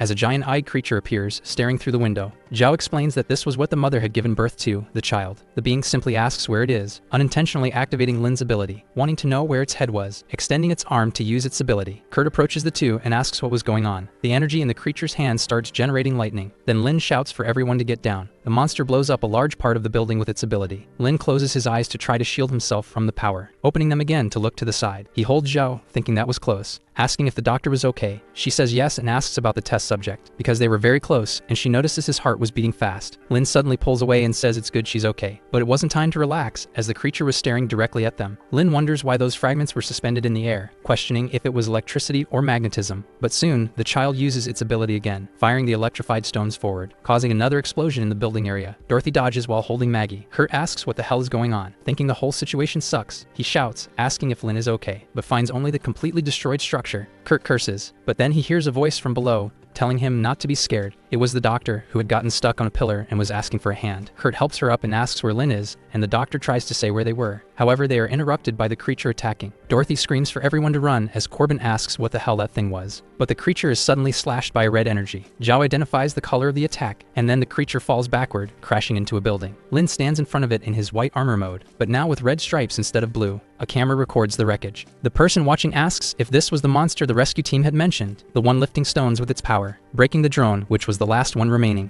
The people watching ask what they should do now. Pops explains that it hasn't been long since communications were re-established, so it will take a while for the bunker to make contact. A woman says the bunker just needed to wait because those in the field had a lot to think about, and his colleague asks why he doesn't prepare for exploration since they might find survivors. Pops refuses as the situation outside was uncertain, and it was better to wait and see what might happen. Another explosion occurs at the site of the battle. Lynn emerges from the smoke, his body outlined by a different armor, and even creating more energy horns. He reflects that this was beyond the red limit, and seemed like something else, like rekindled embers, so he clenches his fist. The child throws more stones toward the young man, but he takes a deep breath in his monstrous body, sitting on the ground to advance, and quickly rising from the ground, heading toward the stones that were thrown at him. Lin leaps over each of the stones, sending them back. The creature keeps trying to control them, while the young man thinks that embers did not burn intensely and were instead burning silently, like eternal sparks. The monster raises its hand and begins gathering several stones to launch at the boy, as if forming the structure of a meteor, and fires its ability at Lin. The attack approaches, and the young man reflects that the sparks were not dying out. He channels energy into his fist to continue his thought. Because all of this was like the prelude to a wildfire on a plane, Lin strikes the meteor with his fist, causing a shockwave that spreads across the entire block. A building explodes from the flying stone fragments, striking all the houses around, and even hitting the creature itself. Dorothy questions what that red thing was,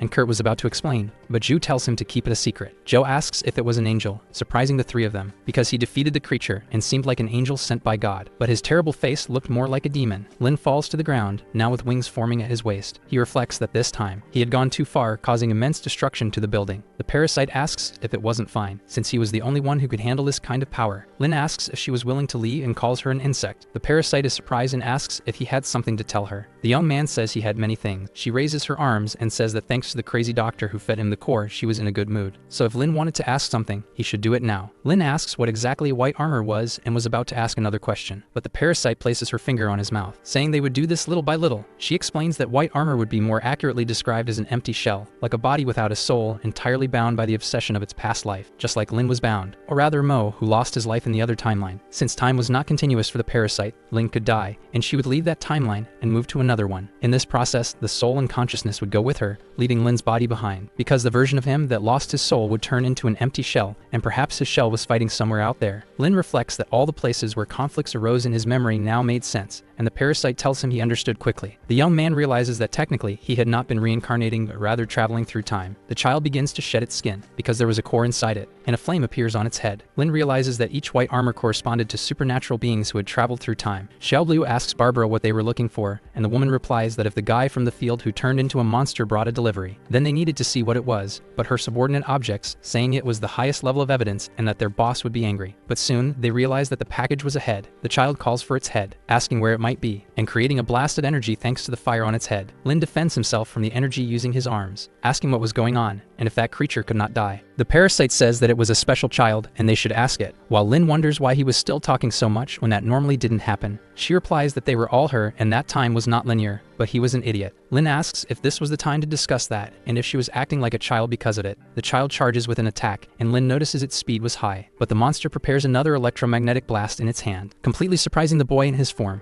He dodges, saying he was almost caught, and that the creature was really fast, but compared to his new form, it was nothing. The child places his hand on the ground and picks up stones, throwing them toward Lin, who wonders why he was floating, and if it was an effect of gravity. Then the creature pulls him closer, grabbing the boy by the neck. Lin notices that the monster is absorbing his heat, and says that this is bad, wondering if they were of the same origin. The parasite appears and says that it is difficult for them to drain each other completely, while Lin complains that she came again. Bluish arms emerge from the boy's back, pulling the creature's hand away, throwing it far. Another armor appears behind Lin, taking on a monstrous face but a feminine body. The parasite says she will have to do this herself, considering Lin's condition. The boy looks at her, impressed, while the parasite asks if he thought she would just stay inside him watching. But the boy shouldn't be surprised because with the second core, she would create another body. The child charges at both of them, but the parasite says that will destabilize the energy balance. Then she lifts her leg, colliding with the creature while saying she has no time to waste. The creature uses its ability at the tip of its foot. Lin warns the parasite that it's the gravity trick again, but she tells the boy not to worry because, since they couldn't escape gravity, they would ascend, and so she touches his chest. A bluish energy is transmitted to Lin, shattering the entire ground around them. The parasite is pulled by gravity, and the creature charges forward with its hand. However, a sword appears in the parasite's hand. Flames envelop the child's head, then it dodges the parasite's attack, being grazed on the shoulder, leaving the hit area clean of its armor. Someone watches from a distance with binoculars and says they have found 13. Their partner asks if she was around here, and the woman replies that it wasn't too far, but the current situation wasn't suitable for recycling because she had found an interesting guy. The parasite says that this was his true power,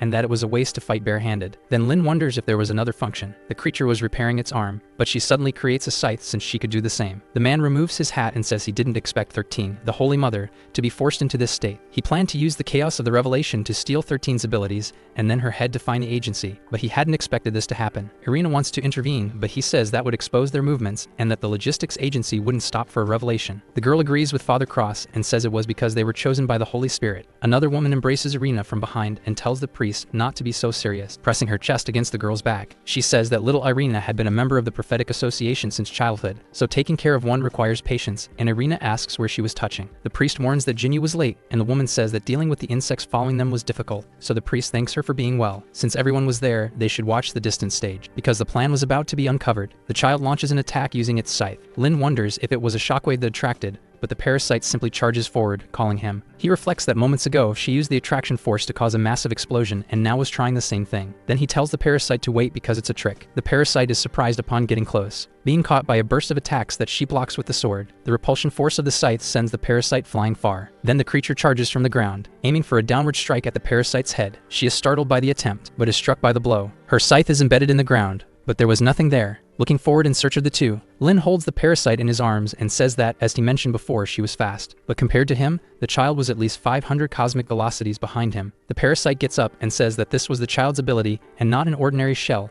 While Lin responds that he felt it, she was stronger than the other white armors. Father Cross explains that a body is supposed to be empty, but it is filled with the soul, and it was not in harmony. That's what he thought when he first saw 13. Since she was both a divine child and an empty shell at the same time, her soul and flesh were disconnected. But she was more superhuman than white armor, though still a bit of both. Zhao reflects that she thought it was just her imagination, but this situation. She asks her test subject not to disappoint her. Lin just tries to calm himself and not get anxious, because she had released the attraction force before, and her body parts were turning white both times. However, the bronze parts could use repulsion force. He then realizes the creature's ability. Lin asks if the parasite hadn't told him to incinerate her a moment ago, so they should increase their firepower. The parasite repeats that phrase, but with a smile, she agrees and says she understands, asking Lin to extend his hand. The young man is surprised by the parasite's action. She places his hand between her breasts, and Lin questions what she was trying to do. A rupture forms in her body, shaping the hilt of a weapon for Lin. The child charges again with her scythe, but the sword emerges from the parasite's chest. Before the child's attack can reach them, Lin fully draws the large sword and blocks the scythe, surprising the child with the sheer power, which creates an explosion that repels her. The monster crashes to the ground with its arms closed, while Lin rests the sword on his shoulder, walking slowly toward the child. The parasite advances from behind her since the left hand could release the repulsion force, so she should be attacked from the left, forcing her to use repulsion force to defend herself. The scythe begins to deform as Lin thinks that to control his opponent's attack path. This was the moment when his best opportunity to strike had arrived, advancing with his wings. Therefore, he would counterattack from the monster's right, forcing her to use the attraction force to pull him closer. Attraction force could only be used for defense, so she could only change the path of Lin's attack. In this case, that was exactly what the young man wanted because it would prove that her body was like a magnet, following magnetic flows. These flows became Lin's acceleration zones, because by adding the kinetic energy coming from his rapid speed, that was the exact moment to give his all. Lin causes an explosion in the area with his attack. He takes a deep breath after landing the blow. While the child looks upward, Lin had managed to pierce the creature with the sword. The parasite follows up with an overhead strike, aiming to deliver the finishing blow to end the battle. Cross prays for God to protect his chosen child, using his golden pilgrimage attack. Lights carry Irina onto the battlefield. Jinyu questions whether she was sent correctly since it might cause some discomfort, but the girl says she's fine and summons the holy coffin. The parasite was about to strike from above when Irina draws her sword. She says it's interesting because it's like looking in a mirror. Irina had a protective covering over her eye, shielding her. She finally unsheaths her sword, slashing at the parasite. Lin asks who this girl was as she approaches, because he thought she was a superhuman. 13 deconstructs in front of them both. Irina grabs its core with her hand, and as the parasite tries to intervene, Jinyu warns of a sneak attack. The girl flips her sword around, blocking the parasite's strike. She hurls the monster far away. Lin catches her by the waist. Irina, holding the core in her hand, says that 13 is safe, and she wants to return quickly, but Cross asks for a moment. The priest says he could see her from there and would mark her as a direct target, so she should jump when the time came because he didn't want to bring the ground beneath her down as well. Lin wonders what Irina is trying to do as the girl crouches and says it's troublesome. The young man wants to know why a human is trying to say white armor, but Irina just jumps off the ground. Cross instructs Jinyu to capture her properly. Then the woman appears, holding Irina in her arms and welcoming her. The girl is surprised to be received by Jinyu. She tells Irina not to worry about 13, but the girl curses Cross for doing it on purpose. The priest asks if she also wanted to crash into the ground when she was taken there because his ability had limits. Irina, irritated, throws 13's core at Cross, who reflects that it might take a little longer to incubate a new body. While Jinyu annoys Irina, Cross asks 13 to be a good girl and sleep in the process, since the leader of the prophetic association had told him before to move carefully, and he couldn't challenge a leader. However, he really wanted to talk to the other two who had defeated 13, while Lin says they escaped. The battlefield was completely destroyed. Joe comments that there was too much smoke, and he couldn't see the situation. Joe says it seemed to be over, and Corbin wanted to know about the monster. The doctor warns that they seem to be safe, but Maggie wanted to know about Lin Mo. The officer calls for Lin while trying to see through the smoke, wondering if Lin had gotten out of there. The young man appears and asks why everyone was looking down, because today he had to get up from the 3rd floor. In the medical room moments later, Joe questions if Lin hit his head, as it seemed like a blessing from God. The young man agrees, and Ju tells him to move his hand because she was going to take a look. Lin says he is fine and whispers to the girl that it isn't necessary. Ja responds that he wouldn't lose anything by letting her check, then whispers back that they should act properly. Joe says that everyone being okay could be considered pure luck, but due to the shockwaves, the pipes broke outside and the heating system probably wouldn't work anymore. So after a big round, they were back to square one. But Lin tells him not to be pessimistic, since the situation wasn't as bad as he thought. When he went up the stairs, he discovered that the blood nests had disappeared, meaning they could go down to check the lower floors. But their group was the only one alive in the building, though it wasn't time to grieve, since they needed to find the former residents' supplies to block the wind and rain. So he tells Joe not to worry too much, because he would let everyone know to relocate, while Joe trembles with his phone in hand, saying that the agency wasted no time. Outside, someone knocks on a truck. The doors open, and the soldier greets Captain Pops, Sergeant Rhodes, and Corporal Lay, saying that he was Secret Agent Zion White and was there to deliver the bunker's orders to capture the superhuman Lin Mo. Corbin asks if that was what Lin meant by dirty business, while Maggie wonders if that meant they were safe now. And Joe wouldn't say they were completely safe because, after all, the situation outside was bad, since the heater was broken. Lin says they had to use this opportunity to move the base. It was the best decision, since in any case they still had the building and could use the lower floors, and the central heating system was still working. Zoe comments that it wasn't enough because they weren't just fighting the cold and needed defensive structures, and Lin says she was right and that he would do his best, asking if Joe still had some personal defense equipment in the security department, and the officer says he thinks so. Not just personal defense equipment, because before the disaster, Brooklyn's public security had upgraded its gear, and now they had some weapons and vests. So if they used everything, they might be able to take care of the entire building, though he wasn't sure if they would be effective against monsters. Corbin tries to say that he has an idea, because he discovered that if he played a certain tone, the monsters couldn't move, and that should be the power of music. Lin says that's ridiculous, and Joe agrees, making Corbin angry. The young man tells everyone that he and Kurt would go down first to check the situation while Corbin complains, asking them to hear his explanation. Lin orders him to stop wasting time, and Corbin asks for a moment. As they are being recorded, Mo says they should just inspect the lower floors, but Kurt wants to put his guitar back in its case. In an apartment, Corbin comments that he hadn't noticed before, but Lin was living really well, since he had been living in a small town in Seattle, asking if his friend was doing something illegal, while the young man asks if that's all, reflecting that, given his current situation, even the ordinary seemed extravagant, because a sudden freeze in those white armors appeared so abruptly that even living a normal life was extravagant. Even this rare moment of serenity, Lin wondered how long it would last, because after all, everyone was tired and needed time to rest. Joe looks at a card while taking a bath, realizing she needed to sort out her feelings. Maggie was looking at a photo of her father with Dorothy, because no matter how hard it was, there was no reason to give up, because even with their bodies and minds covered in wounds, they needed to survive without scruples. So for Lin, there were some things that needed to be explained clearly. He calls Corbin, and his friend asks what it is. Mo says that what he was about to tell Kurt might be unbelievable. His friend then asks why he was suddenly saying things like that, but Lin says that whether he accepted it or not, what he was saying was the truth. Kurt asks if his brain disappeared after fighting the monsters, but Lin questions whether the Lin Mo who was his friend wouldn't recognize him, and even his good friend, whom he had known for years, had become a superhuman. Kurt should have doubts about that. The young man explains that the person standing in front of him was someone who should not be alive, a Lin Mo from another timeline who had taken over the body of Kurt's friend, and the real owner of the body was no longer there, surprising Kurt with the exaggerated explanation. Lin says it was difficult to accept, and not believing him was part of what he expected, but he was telling him because he was a good friend of the original owner of this body, and after days it would only get more difficult, so he didn't want to put him in trouble by hiding the truth from Kurt. Corbin comments that he was basically a Lin Mo who never had a bad friend during childhood, and asks if that was correct. Lin is surprised by the young man's response, but Kurt continues, saying they should get to know each other again, introducing himself as Kurt Corbin, a good friend of Lin Mo. The young man just laughs at the introduction. Then Kurt puts his cigarette in his mouth, asking about all that he had just said, because in the end, he was still Lin Mo, and if this Lin Mo lost his life and crossed into someone else's body, he probably thought he sounded cool saying things like that. Lin grabs his friend's hand and introduces himself as Lin Mo, but tells Kurt not to smoke in his room, and Kurt apologizes. Outside the building, a car drives through the snow. Rhodes calls Pops an old man, asking why they should join the field workers if they were just a rescue team. The man stays silent for a second, and says he knew that Agent White was being pressured by time,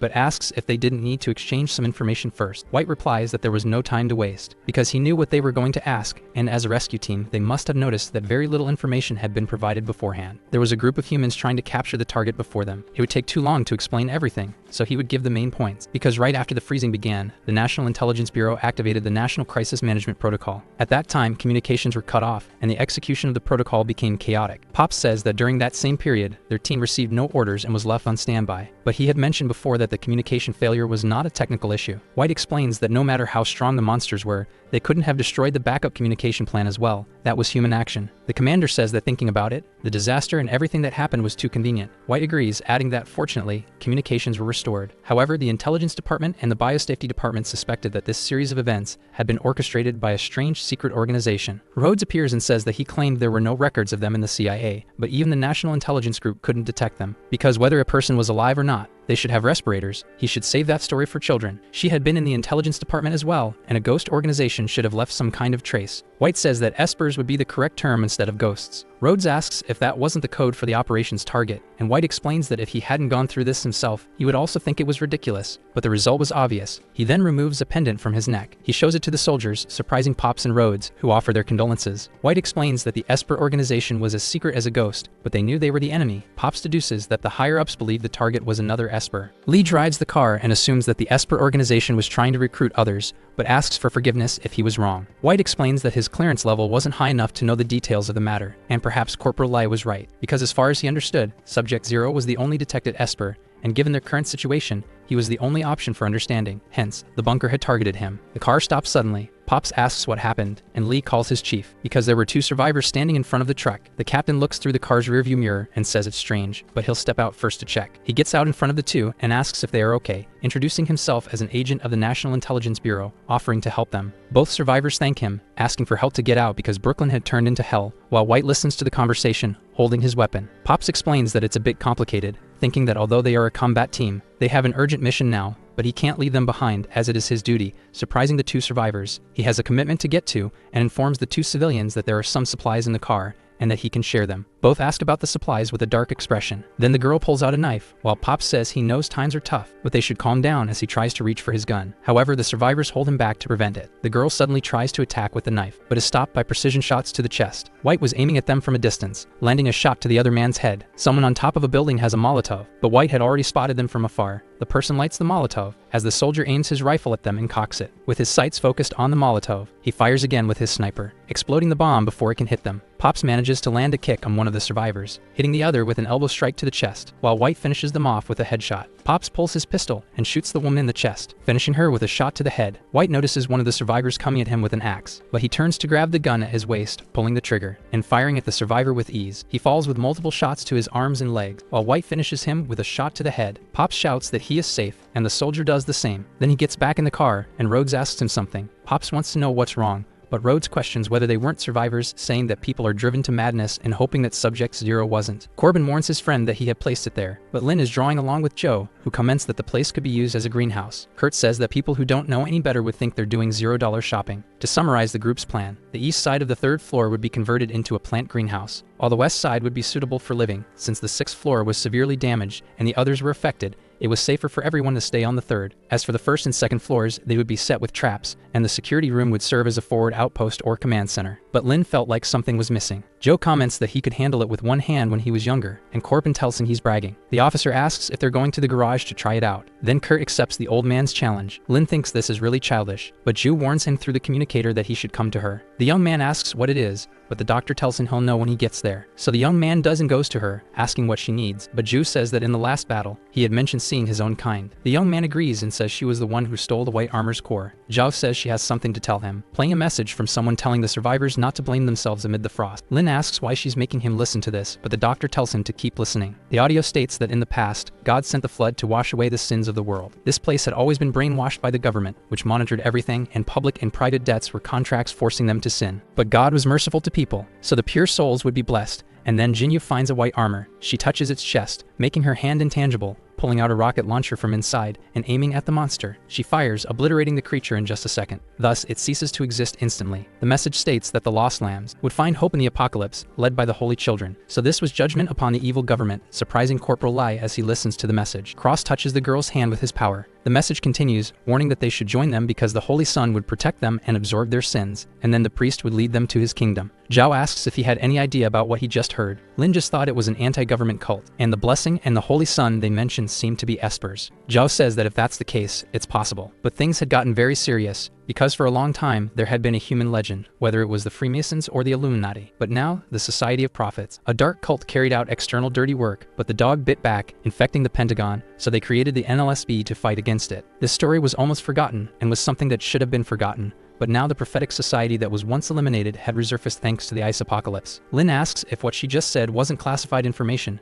but she had worked in the biosafety department. Zhao explains that unfortunately, she also had a terrible friend, and she was an intelligence agent, or rather, a former agent. Rhodes suddenly sneezes, and Lee asks if she's okay. The girl says that the Society of Prophets was eradicated, not dissolved, and the NLSB was not as incompetent as the CIA, so she had a bold hunch that Society of Prophets with espers was from another universe, just like Lin, a ghost. The young man is surprised that she knew all that, wondering if she had been listening to everything thanks to the pendant on her head. Zhao exhales smoke and says it's touching and a little sweet for two men, but Lin yells that it's a bond between friends. The doctor continues, saying that if that's the case, maybe the Society of Prophets had noticed Lin, and in any case, they had an enemy to protect themselves against. She asks if he wasn't going to move, and they should help carry his things, without forgetting the ashtray, while Lin says she called him just for that. Lai turns off the radio and says that it wasn't surprising that the intelligence department hadn't found records if it was the Society of Prophets, asking Rhodes if there was any secret. The woman says it was more than a secret, it was related to the National Intelligence Cabinet, but the superiors had thoughts. However, a hand covers her mouth. Pops tells Sergeant Rhodes not to forget that she was transferred to the field department. White listens to a message saying that although communication was restored, it was still unstable and needed to be quick, because it was now confirmed that the Society of Prophets was connected to espers,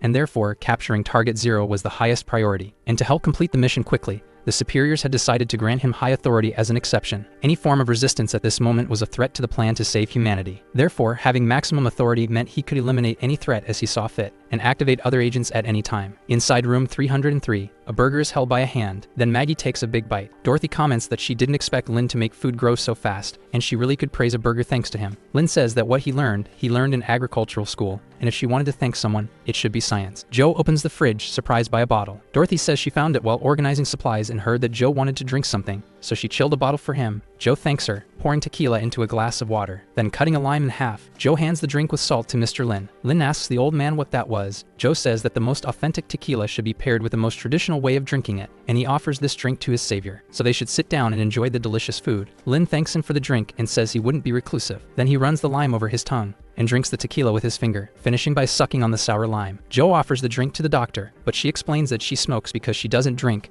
while Lin starts feeling sick from the alcohol. Dorothy comments that she hasn't seen Mr. Corbin, but Lin says he was on duty. Dorothy says she'll take his share, but Lin says there's no need to trouble herself, though the housekeeper insists. The soldiers were watching this scene from outside. White tells everyone to prepare to check communications. This was the alpha test. Rhodes at the base says she's fine, and HQ was received, calling for Bravo and Delta. Bravo, who was Pops, confirms receipt, and Delta, who was Lai, does the same. Thus, the soldier says he'll leave the communication to the kid. Rhodes informs Pops and Lai that they were experiencing interference and that she needed to readjust. Both ask about it, but Bravo explains that the adjustment would be done as quickly as possible. Rhodes agrees and says she switched to the private channel. Pops asks what that was and why she was being mysterious, but Rhodes questions whether they should use force, since Target Zero didn't seem dangerous, and she felt that the field agent was hiding something from them. Bravo agrees with her and believes the higher-ups are involved, given that intelligence has the sense, but as her captain, he doesn't want anything to happen, so even though he says that, he won't stop the girl, asking her to be careful while Rhodes calls him again, saying that the adjustment is complete, and finally initiating the operation. Lin pours more drink into Joe's glass and asks if he has a daughter. Joe explains that he had a family but hadn't seen his daughter in about 20 years. He was frozen outside and wondered how she was doing, while Zhao warns that he was injured and should drink less. Then Joe apologizes to his daughter for already being drunk, surprising Lin. The man holds Zhao's hand and calls out to his daughter Duana. Zhao is surprised by the coincidence in the name but says nothing. Then he continues, saying it was his fault for not protecting his daughter and her mother. Lin laughs and Zhu asks why he is laughing, while Joe keeps begging his daughter to forgive her father. The young man reflects that if they weren't in the middle of the ice apocalypse, at that moment they would seem like a family, but the lights suddenly go out. Lin wonders if the generator broke, and Joe notices that something is off. Joe suddenly stands up and says the time has come. Lin wonders where old Kiao is going, but the man remains silent. Joe simply grabs a knife, unsheathing it while looking enraged. Inside the apartment, White comes face to face with a barrier and says it's completely blocked and that it seems right. Lee asks if the informant was reliable, and Pop suggests they test it. The corporal manages to open the maintenance tunnel and decides they will go in. Bravo keeps moving and communicates to HQ that they have reached the 3rd floor. Rhodes instructs HQ to turn on the monitor because she needs video, and they should split up and search according to the plan, locating the civilians and then securing the target. White says there are only 3 of them and that they need to support the others in emergencies, and there's no need for formalities at a time like this, and the soldiers agree. They split up, with White heading up the stairs. Joe is masked inside the 3rd floor, ready to attack the soldiers with stealth. Lin asks what the situation is now, and Zhu says she doesn't know. So the young man stays silent, looking ahead. Zhou looks at him and nods. Corbin suddenly appears in the apartment and calls out to them because something big happened. Some guys with guns had shown up, and they didn't look friendly. Lee appears and announces that he is safe, and Pops does the same. But Joe suddenly collapses, still masked. Pops points his gun at him, and Lee does the same. Joe remains silent as the soldiers wonder if he's a civilian. Pops announces that they are with the National Rescue Team,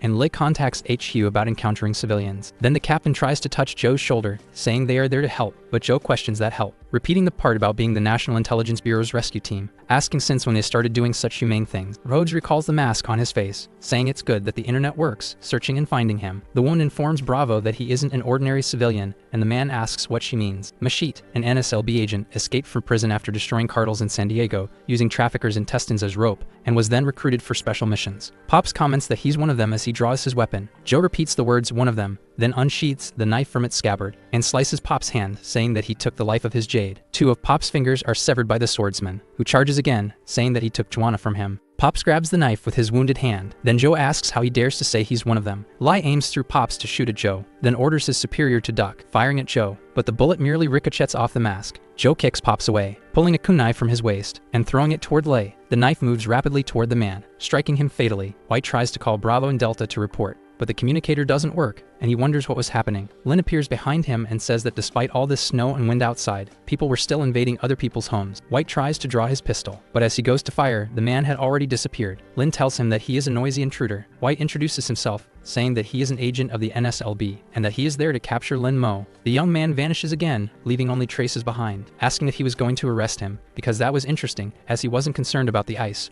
only about capturing him, wanting to know if it was his duty to maintain order after the collapse, or if he was still hiding something. White turns again to shoot at Lin, telling him not to challenge him because he really would fire. Lin says he better be sure he could actually hit him. With that, the man fires his sniper rifle, activating its absolute precision mode. Lin dodges the bullets using his acceleration and rushes forward, striking White's head with just one blow. The man's focus device falls to the ground. Lin notices that something was off, because he had clearly aimed at his head, but White says it was close. But luckily, his intuition had always been sharp, and Lin must be wondering why he didn't twist his head. His intuition told him the trajectory of Lin's attack. Simply put, he could even predict if Lin was going to fart just by the way he lifted his butt. Lin asks who the hell he was, but White activates a similar ability and asks if he hadn't already told him, because he was the National Intelligence Bureau agent Zion White, and people called him an Esper. Rhodes tries to contact Alpha, saying she can't see his screen. She whistles, trying to reach Zion, calling HQ and requesting reinforcements. Lee panics, shouting for reinforcements while yelling that he and Pops had been hit. Several knives fly toward the pair, striking their backs and vests. Joe slowly approaches the fallen duo, while Lei points his weapon at him. They are surprised to see that the man is no longer in their line of sight. Then Joe suddenly appears behind them. Stones hit him out of nowhere, saving the two. Lin collides with his old friend Joe. He reflects that he was careless just as a creature invades the room. Lin looks back, wondering who he bumped into, but soon smells alcohol and realizes it was the old man, Keo. The young man helps show up and asks who the two of them were. Pops asks them to listen to what they had to say about their identities, but the creature stomps its foot on the ground. Lin explains that they need to deal with that guy first. Pops just reports to HQ through the radio, asking if it was an empty shell and informing them that he had made contact with one. The creature swiftly moves its pupil downward, preparing an electricity attack against Pops, but White pulls the strings and orders it to wait, stopping the creature from moving its arm. Zion explains that Lin Mo was the target. He warns Lin with just a look, while the young man grits his teeth, preparing for combat, responding that it seemed like a tough and unavoidable fight. Then he gently places Joe on the ground and apologizes. Since he owed him another drink, he begins transforming into a monster. White says it was expected from Subject Zero, and seeing it with his own eyes was still shocking. But Lin asks if that meant Zion knew something. The monster lunges to capture Lin, however he simply activates his acceleration. Seeing the attack in slow motion, Lin looks back, thinking he couldn't fight there, clenching his energy-infused fist, and striking the sound barrier to divert the blow. The creature is startled by this. White wonders if that was a sound barrier and if Lin really managed to deflect attacks using it. Lin charges toward the two, leaping from the third floor with the creature. He strikes the shield again, questioning whether it was made of energy. A dust explosion erupts as the three hit the ground. Lin rises, saying this was going to be complicated, since the monster itself was a type of power, but the shield was the biggest problem. However, he still didn't see himself as completely without hope, noticing chains. So he decides he should capture the leader first, while White tells him to give up because everything he does is futile. Lin crouches and generates his energy wings and horn, thinking that speed was his advantage and yells, how would he know without testing it? Launching off the ground with force, destroying everything in his wake. White dodges, asking if he hadn't already said so, since his intuition had already foreseen the trajectory of Lin's attack. But he is surprised when he looks to the side. Lin was running chaotically to keep them from knowing where he was coming from, so he says that since White can see the path of his attack, he would create more paths to interfere with the soldier's intuition. Since speed was his advantage, and as long as he's fast enough, he can always find White's weakness. White destroys the chains and repeats that speed was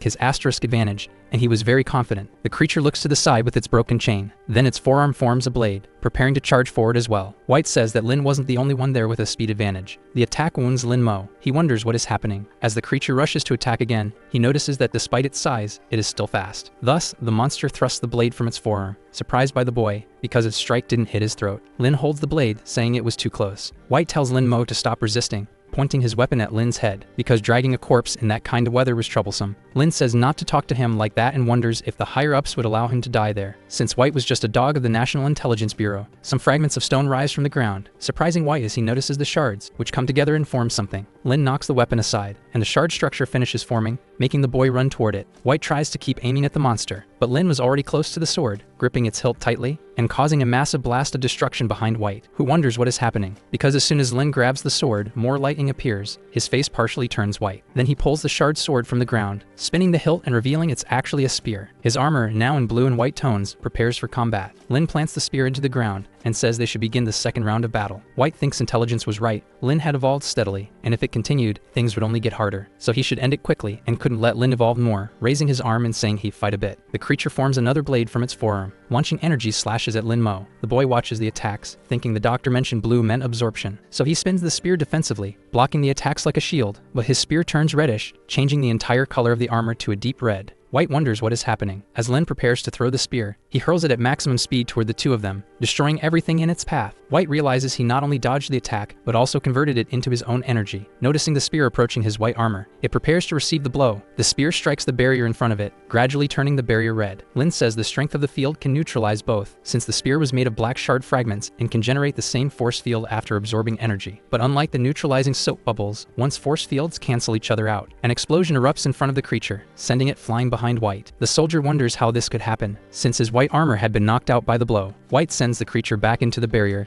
saying it was hurt and could return to rest for a while. He wanted to know if Lin was going to continue. The boy explains he wasn't stupid and couldn't do anything about White's intuition, but without a pet, White couldn't do anything to him either. White repeats the part about being a pet. Lin points the spear, saying they were at a standstill, and White repeats it, wondering if Subject Zero had been mistaken, because he should look at himself, since he resembled the white monsters that come from the snow and ice. Still, Lin thought it was a standoff, but White didn't see it the same way, so he yells for his partner to do something. His partner starts playing the guitar. Lin looks back, recognizing the sound, while a massive speaker blares. The boy asks what's going on because his head is hurting. The blonde person begins to sing, continuing to play their guitar. Lin notices the parasite was resisting the music, but the song says to wake up when September ends, and so the parasite begins to leave his form, falling to the ground separated from Lin Mo, and closing the eyes of the boy who reaches out for the guitar. Corbin was in front of him and held his hand. White warned that he was late, and Corbin apologized, wanting to know if he missed anything exciting, and White agreed. But none of that mattered since the mission was complete, thanking Agent Corbin for the help. Kurt told him not to mention it. 30 minutes earlier, he accessed the computer, sleepy while taking a nap in the surveillance room, watching the recording of the agents breaking in, and then opening the surveillance room door. White pointed a gun at Corbin's head, frightening the young man because of it, since he was sleeping and now awakened by 3 men. Kurt stated there were no hidden herbs and that he had stopped that a long time ago. White started saying strange things to Corbin, making the young man repeat the words in a trance about the bad boys unit. White said it was the weapon's answer, and Corbin responded that it was 21, answering and saying he was ready. Light questioned what that was, but Bravo explained they were field agents, also known as secret agents of the bad boys. Corbin banged his head on the keyboard, now unconscious in front of White. Bravo questioned what was happening and if Rhodes did this, while Lai didn't know. Rhodes replied that he didn't,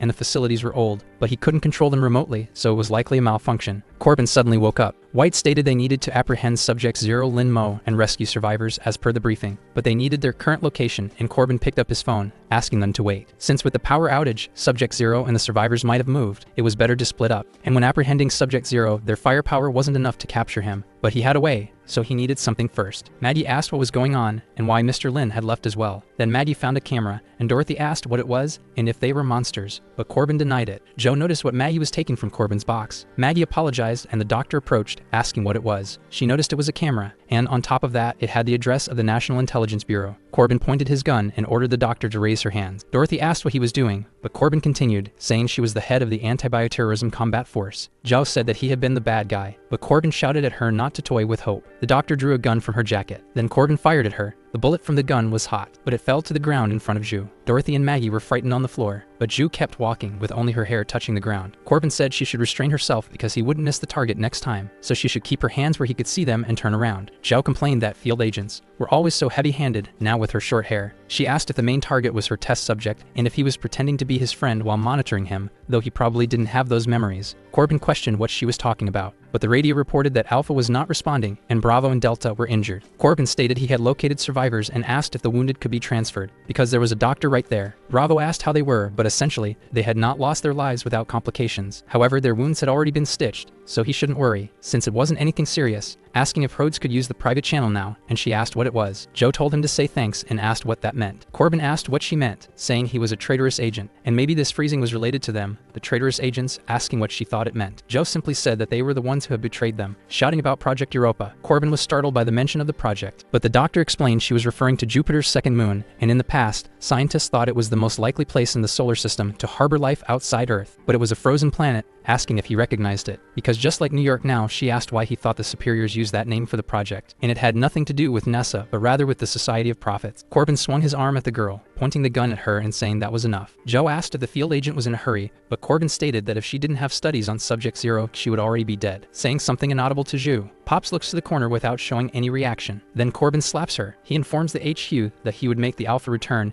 and that they should prepare to receive survivors. Then Zhu asks what he was afraid of. It was already dawn outside the building. Lin was restrained, and the soldier referred to him as a packaged parcel. Lai questioned what would happen if he woke up, but Corbin told him not to worry, because even if he woke up, it would be useless since he wouldn't be able to use his powers for a while. A sufficient amount of insulin had been injected into him, thanks to the research of the traitorous doctor. Corbin informs Lai that he would carry him, and the young man agrees, apologizing to his unconscious and gagged friend. Lai asks his boss what they would do now. Pops only wanted to know why he had joined the National Intelligence Bureau. The corporal wonders why he wanted that answer all of a sudden, but Pops realizes that he might be involved in something terrible. White asks how the injuries were, because he had good news. The main communication had been restored, and they had just made contact with the nearest shelter to a hospital, though it was a bit far. Lai thanks him, saying that was great, but White explains that there was something else before they left, asking if they saw a monster in the apartment that resembled empty husks. Lai denies having seen anything like that, and White asks the lieutenant, who also denies it, saying that aside from the civilians, there had been no other notable encounters. White says that's very good, thanking his rescue team colleagues, saying it had been a pleasure working with the group, and so they leave. Cross asks why Jinyu didn't act immediately, and she responds that after cutting the power, she noticed there were rats among the flock of sheep, and then among the rats, there was a wolf, so she waited for the fight to end before acting. Cross replies that in that case, he and Irina took care of everything. Jinyu puts on glasses, saying it was in the name of the Holy Father. The truck drives away. Maddie calls for her mother inside the car with Ju, Corbin, Dorothy,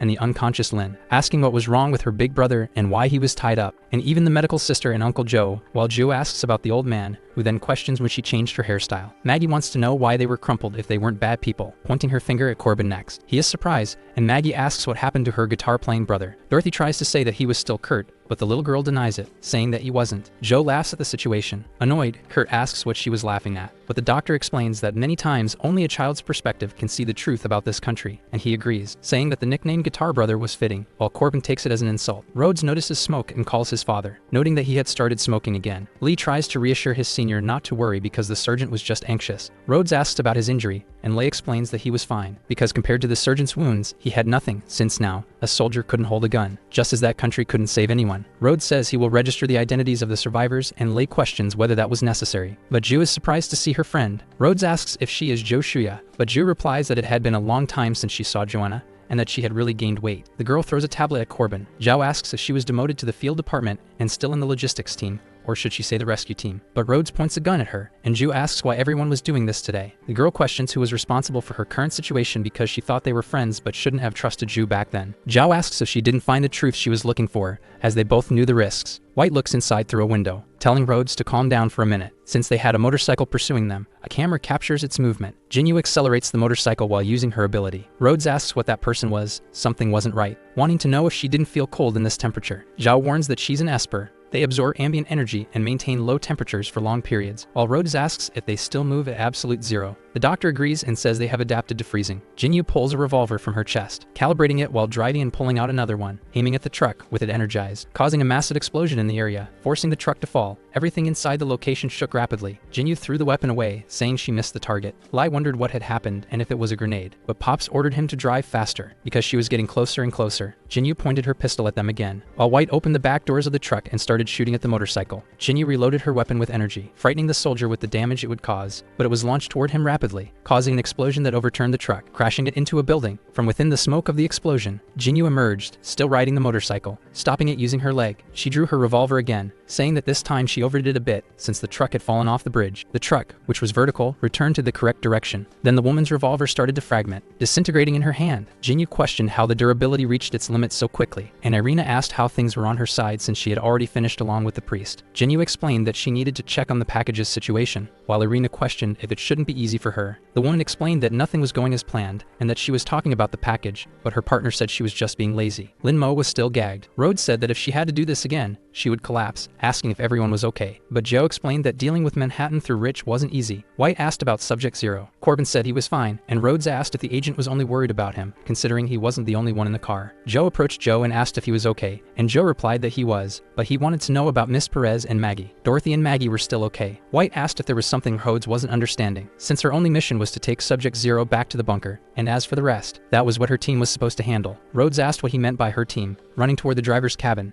Rhodes called for the rookie and her old man. Lai said he was fine, just had some scratches on his face. Rhodes shouted for Pops, noticing that a stake had pierced his vest. The agent told her not to rush as he had seen worse situations in Iraq, while Rhodes moved in to help. Bravo explained that he wasn't going to die, but he wanted to know what that was, because in his vision there were several people, including a car's headlights. Pops said that was what he meant by worse situations, referring to the hundreds of white armored figures. White admitted they were in trouble now, and that it was the first time he had seen so many empty shells, but since they were focused, they could try to take them down. Then he asked if Corbin's speaker was powerful enough, while Corbin asked if it was loud now, since it wasn't a matter of power as his guitar was broken. White shouted that they would have to use the primitive method, shooting at the creatures. Corbin asked if there was another weapon in the car, but Rhodes told him to check for himself, approaching Zhao, who asked if she needed something. Rhodes cut off the doctor's handcuffs, surprising her for helping a traitor. Corbin asked what she was doing while handing Zhu a first aid kit, telling her not to get the wrong idea as he hadn't forgiven the liar, but the current situation required her to do what she did best, helping her father with a serious wound in the lower abdomen. Zhao said it was a bit difficult alone and needed someone to assist, but Dorothy volunteered, since she worked in the medical field and could help but needed someone to take care of Maggie. Maggie said she could take care of herself and didn't need anyone to look after her. Corbin tried to offer his help, but Maggie refused, and he said he would keep searching for weapons. Joe asked to be untied because he would take care of Maggie, and Rhodes asked if he was the headline uncle, but he denied it, saying he was a security guard. And the current situation was not the time to follow rules since they had all survived so far by helping each other in that Lassie apartment. A pale creature tried to attack Lai through the car window. Then the agent drew a knife from his vest, piercing the monster's hand and neck. Rhodes pointed a shotgun barrel and told him to cover his ears, quickly firing at the creature, which destroyed its head. Pops said he didn't expect to see a doctor twice in the same day, while Joe told Dorothy to apply pressure to stop the bleeding. Dorothy couldn't stop, and Joe noticed that an artery had been hit. The situation was very bad. Jinyu suddenly appeared behind White. He turned around, saying he had forgotten they had pursuers behind them. Then the woman pulled a katana from her chest. White realized she was also an Esper, wondering who she was while Jinyu advanced with the sword,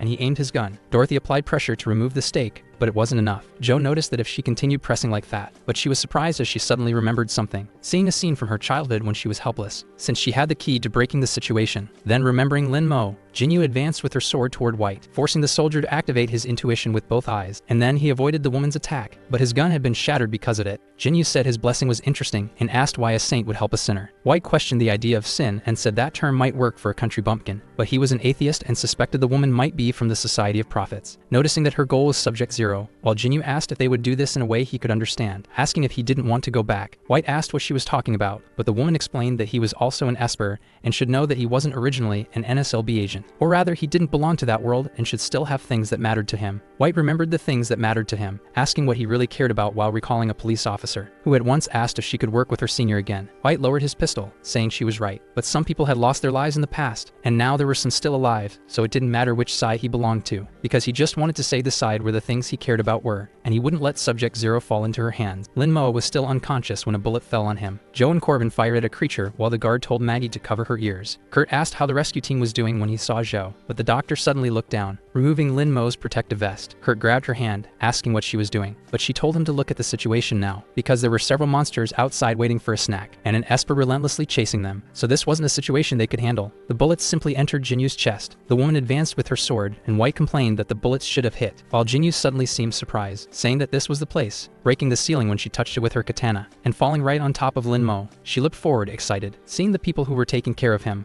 Zhao asked why Corbin was still hesitating, when a white skin suddenly grabbed Jinyu's leg. Corbin said he would use magic to defeat magic, so Jinyu stabbed the white skin with her sword. Corbin injected insulin into Lin Mo's neck. Jinyu was close when the white skin's blood dripped onto her body, but Lin suddenly woke up, wriggling inside his straitjacket. The woman said she was there to retrieve the lost saint, while Lin Mo just stared at her, still gagged. Jinyu told him to wait and suddenly recognized him, being thrown away by the force of an explosion. Lin Mo fell to the ground on his knees, wondering what was wrong with him and why he was weakened again and masked. Zhao removed the mask from his face, saying she had given him a glucose injection, and asked how he was feeling now. Lin Mo asked if she had changed her hairstyle and said it was good to see her, but Zhu told him not to change the subject. Then she smacked his head, asking if his brain had fallen asleep foolishly. Lin stood up, his stomach growling, and said the energy didn't feel enough. Zhao complained that she wouldn't give him more, because their lives depended on Lin Mo at that moment. The white skins kept screaming, but their heads were blown apart by bullets. Zhou complained that there were too many, and they were difficult to defeat. Zhou asked if he had anything to eat, preferably something high in sugar, but Zhou said he was at the age of diabetes. The woman reflected that most of the glucose had been left in the apartment, and he couldn't fight like this,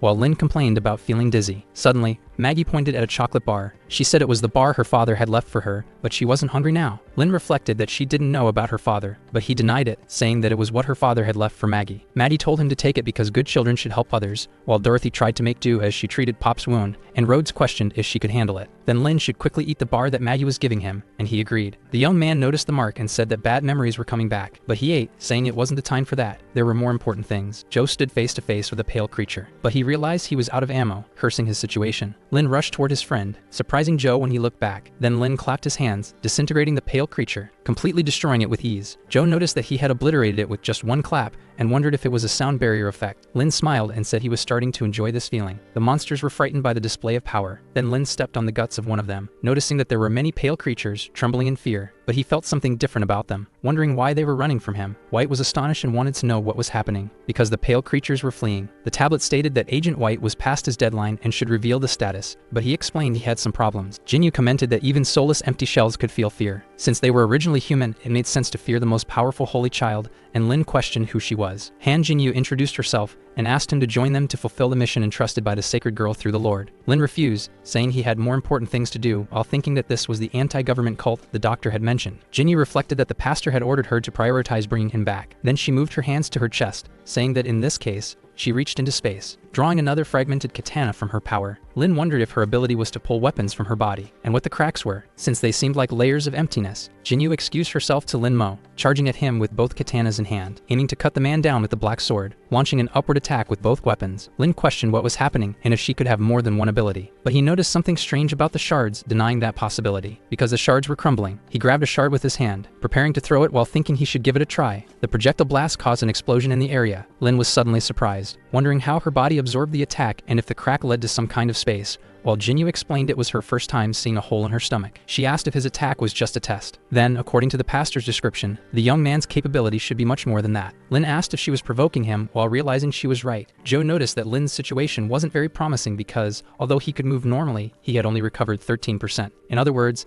the parasite inside him was still dormant. Lin reflected that facing an opponent who was also an Esper, besides the power difference, was a battle of abilities, and capability was the trump card. Then he said the lady shouldn't provoke him like that, while thinking that since he couldn't use the black fragment, it was like losing an ace, and one could never predict tricks. Since he had already made one mistake, he needed to be more cautious now. And at that moment, his situation felt as if he was about to be strangled in the forest at any second. Jinyu lunged with another kick attack, which Lin avoided. Both of them charged at each other. The woman wondered if he also dodged the aerial attack and realized it was no longer a matter of speed. Lin reflected that she didn't just feel like a snake, her attacks were exactly like one, so he could only try to overpower her, throwing a punch. The strike caused an explosion in the battle area. Jinyu was unscathed after being hit. Lin was astonished by the result, because his arm had entered her chest. Jinyu commented that it was the first time someone had entered her body like that, and Lin realized her power was spatial. The woman lifted her heel from the ground, moving closer to Lin as she wondered how far he could enter, and Lin felt he couldn't use the sound barrier at this range. She had been curious about this before and felt that Lin's gaze was familiar to her. Lin was startled by this as she embraced him and said he was the speaker, expelling him forcefully. Lin's arm shattered due to the attack, but the pastor warns Jinyu to stop what she is doing immediately, because they had received the NSLB at the base and were holding the head of 13 with great force. This was her chance beyond the orders of the speaker. However, the speaker had also received a revelation,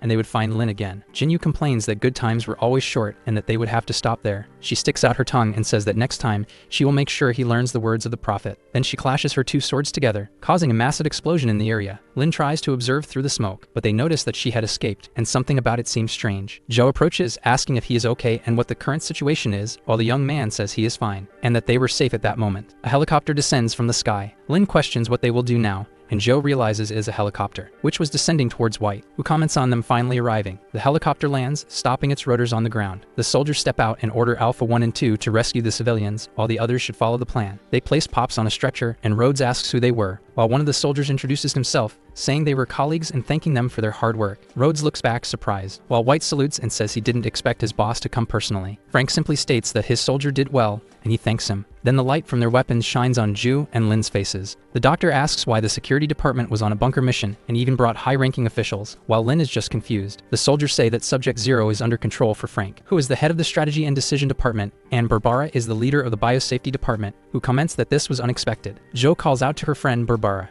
Then Barbara responds that she'll see her in hell, and now the situation seemed clear. Zhao comments that her and the bald idiot from the Department of Fools showing up there wasn't a good sign, and Barbara asks if her image was really that bad to her. Either way, Frank intervenes to explain, stating the reason why he and Barbara were there. Since Subject Zero, Esper Lin Mo, was necessary to uncover the truth about the freezing incident. The young man asks what that has to do with him, but Ju stops him, telling him not to believe Frank's nonsense, because all he wanted was to continue Project Europa. Barbara questions that name, saying she had never heard of it before, and she wants to know what the bald man was hiding. Frank simply asks how Ju knew about Project Europa, looking startled. The doctor reveals that she was right, and Lin questions if she was just trying to get information out of him, to which the doctor confirms. Frank responds that since she had left intelligence, they couldn't execute her due to her contributions to the country, but a gun was aimed at her from a distance, firing at the woman while using a silencer. However, Lin intercepts the shot, protecting his friend. Frank wonders what was happening. Lin tells the doctor to wear a helmet next time she tries to extract information from someone, and the woman responds that at least she still had him. The young man asks if they were trying to silence her for touching on a sore spot, because this was exactly like the movies. Barbara grabs Frank and asks if the freezing incident and all the other events were connected to Project Europa,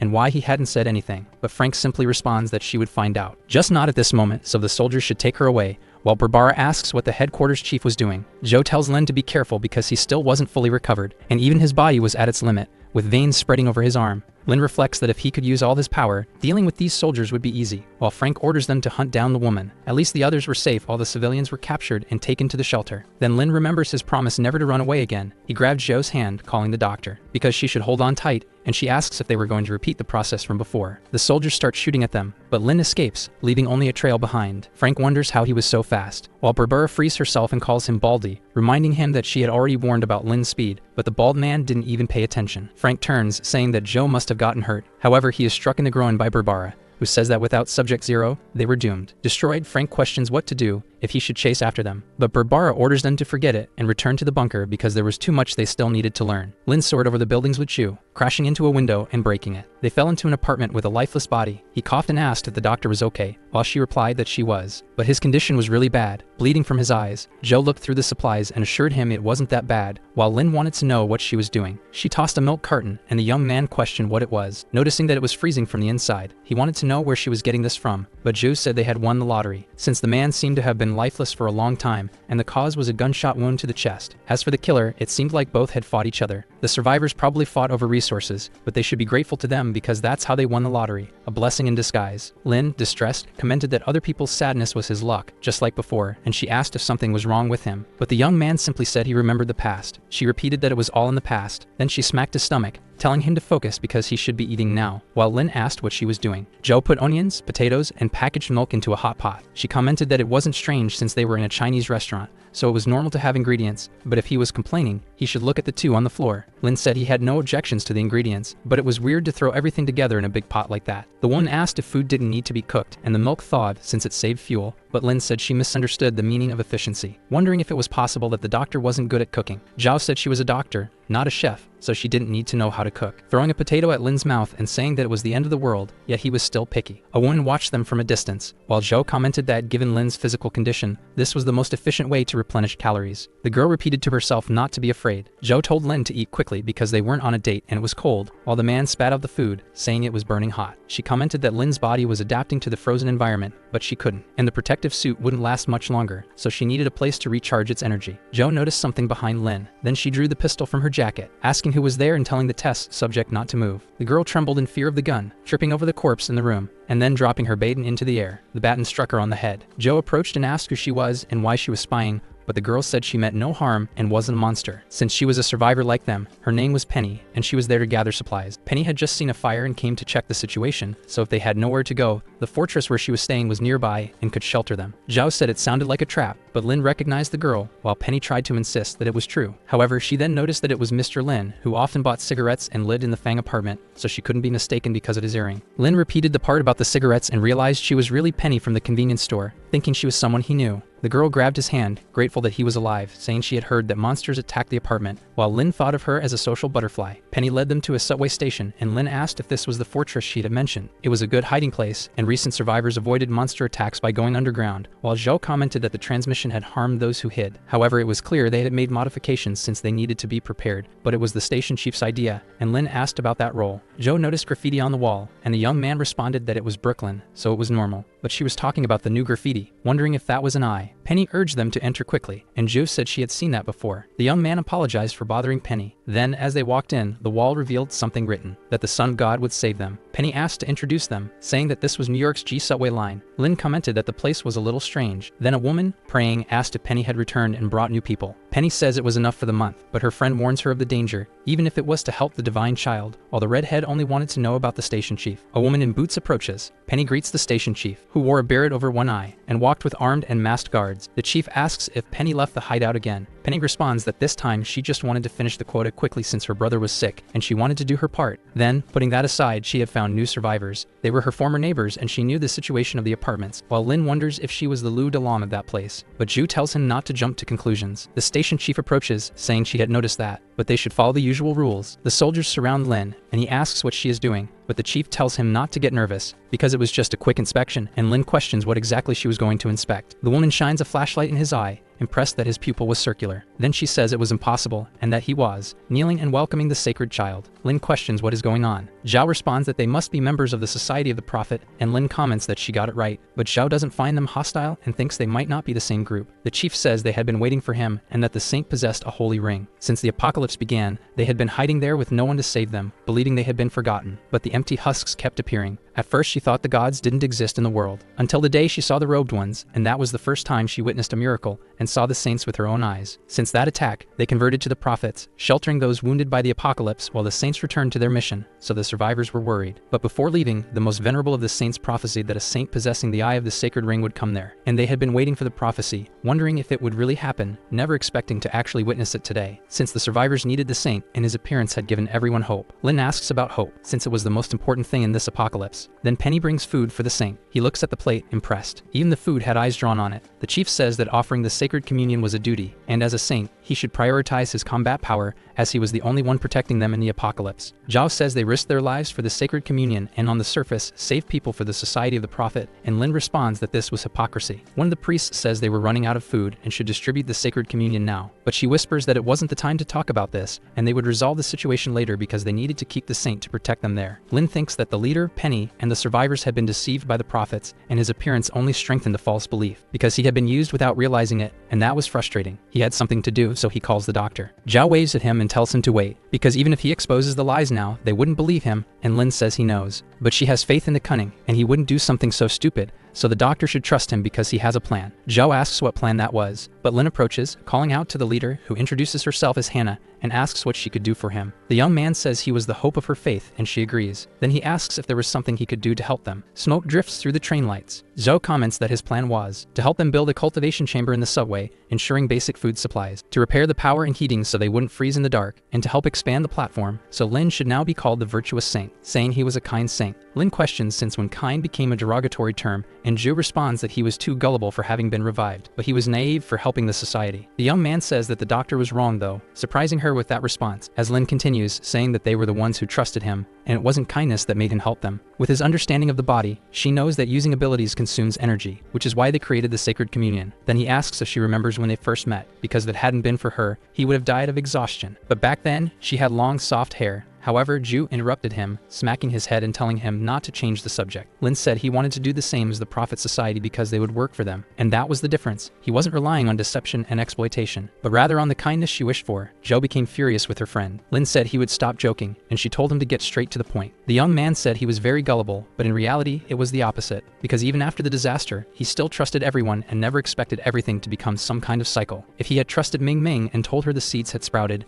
maybe she wouldn't have chosen Lu Dalong. And Ju reflected that it wasn't strange to like agriculture. He continued, saying that after deceiving himself and thinking carefully, the things he had discovered stemmed from humanity's weakness in the apocalypse. And because of it, people became sensitive, trapped in chaos, some turning selfish, but he didn't want to be like that. Zhao commented that precisely because humanity was weak, they should unite, and his age was the time to bring everything together, as productivity was the key to the apocalypse. She grabbed his collar, saying that people had the power of unity. She moved closer to his face, saying she would be right in front of him, and Lin questioned what she was about to do. The woman said she wouldn't do anything but had changed her opinion about him. While Lin commented that she was very close, Penny suddenly interrupted, calling for the saint, but she fell to the ground due to her clumsiness. The girl tried to get up and announced that she had found something incredible under the subway, because after the power was restored, they discovered a maintenance passage there. At first they thought it was just a maintenance passage, but further ahead, it didn't seem like something one would find in a subway station or a maintenance tunnel. Lin asked if it was a door, and wondered what it could be, but the doctor told him he was right. Penny started rambling about doors, and Lin told the doctor that the NSLB had installed themselves there, and the woman responded that it was noisy. He went up to Penny and turned her around, telling her to inform everyone not to come for now because he would investigate the door. Joe picked up an agency card while Lin told Penny to wait for news. The door authenticated the identity, and the doctor complained about how slow old things were. Lin questioned whether it hadn't been abandoned, but she said she was technically retired, but this wasn't her card, it was Rhodes. The young man asked how she got that without a car and started to understand the attitude of her former colleagues, but Ju commented that she had to shear the sheep. With the door open, Lin told the lady to enter first,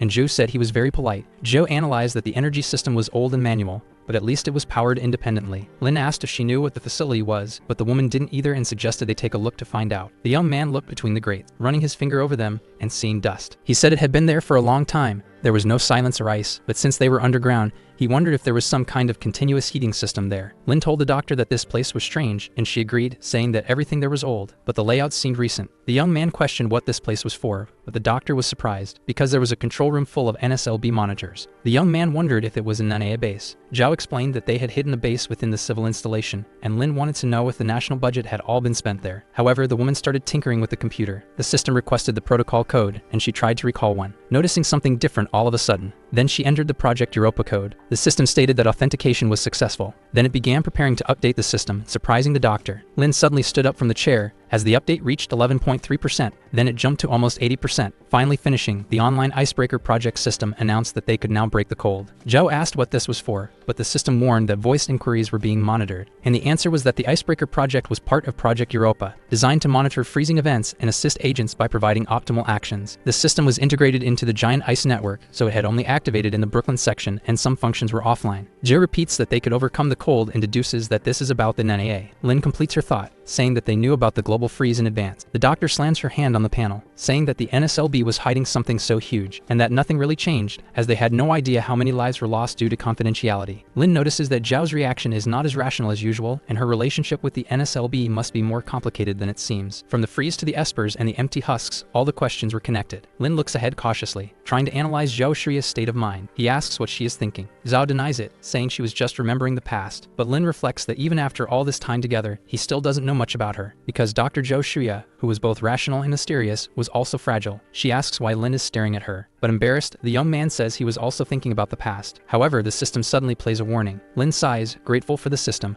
but Zhu immediately instructs the computer to report the situation. The railway transit route was crowded with civilians. Joe questions what was happening with those people. Even Barbara was there. The system announces that the estimated arrival at the platform is in 30 minutes. Joe then reflects on why Barbara brought so many people there, and whether it could be related to the accidental activation of the icebreaker. It would be better to ask in person. Lin asks where the doctor is going, and she says she is heading to the tunnel to meet her old friend and figure out what is going on. The young man says he will go with her in case they encounter empty husks. The tunnel temperature was extremely low, and was recommended to wear protective suits for hazardous environments, with 2 usable sets available in Zone B. Lin comments that the system was really smart, and Joe questions if the budget was spent on this, but she was the one who should change, since the battery on her suit was close to running out. Lin asks why he had one too, but then he gets hit in the forehead by a briefcase. Joe says it was less ridiculous this way, and Lin responds that he had already adapted to the freezing environment, so it wasn't wasn't necessary. The girl explains that he needed to maintain a normal body temperature to function properly because if the heat ran out, he would just be a living popsicle. She opens her suit while explaining that the protective suits provided safety in extreme environments, were lightweight and highly expandable. So for Lin, they could reduce heat consumption outside of using abilities because they monitored his body in real time and prevented him from overusing his abilities, while Lin was only thinking about the doctor without clothes, wondering what exactly had happened in the past for her to have those scars. Joe notices his gaze, then turns to him, asking if he heard what she just said. Lin is just thinking that she has large breasts, while the doctor questions if he is daydreaming. She looks down, realizing. Then she turns to Lin, saying she understands. Since his ability hadn't affected his normal desires, she would take note of his preferences. And so he is sent flying, excited. The doctor tells him not to move,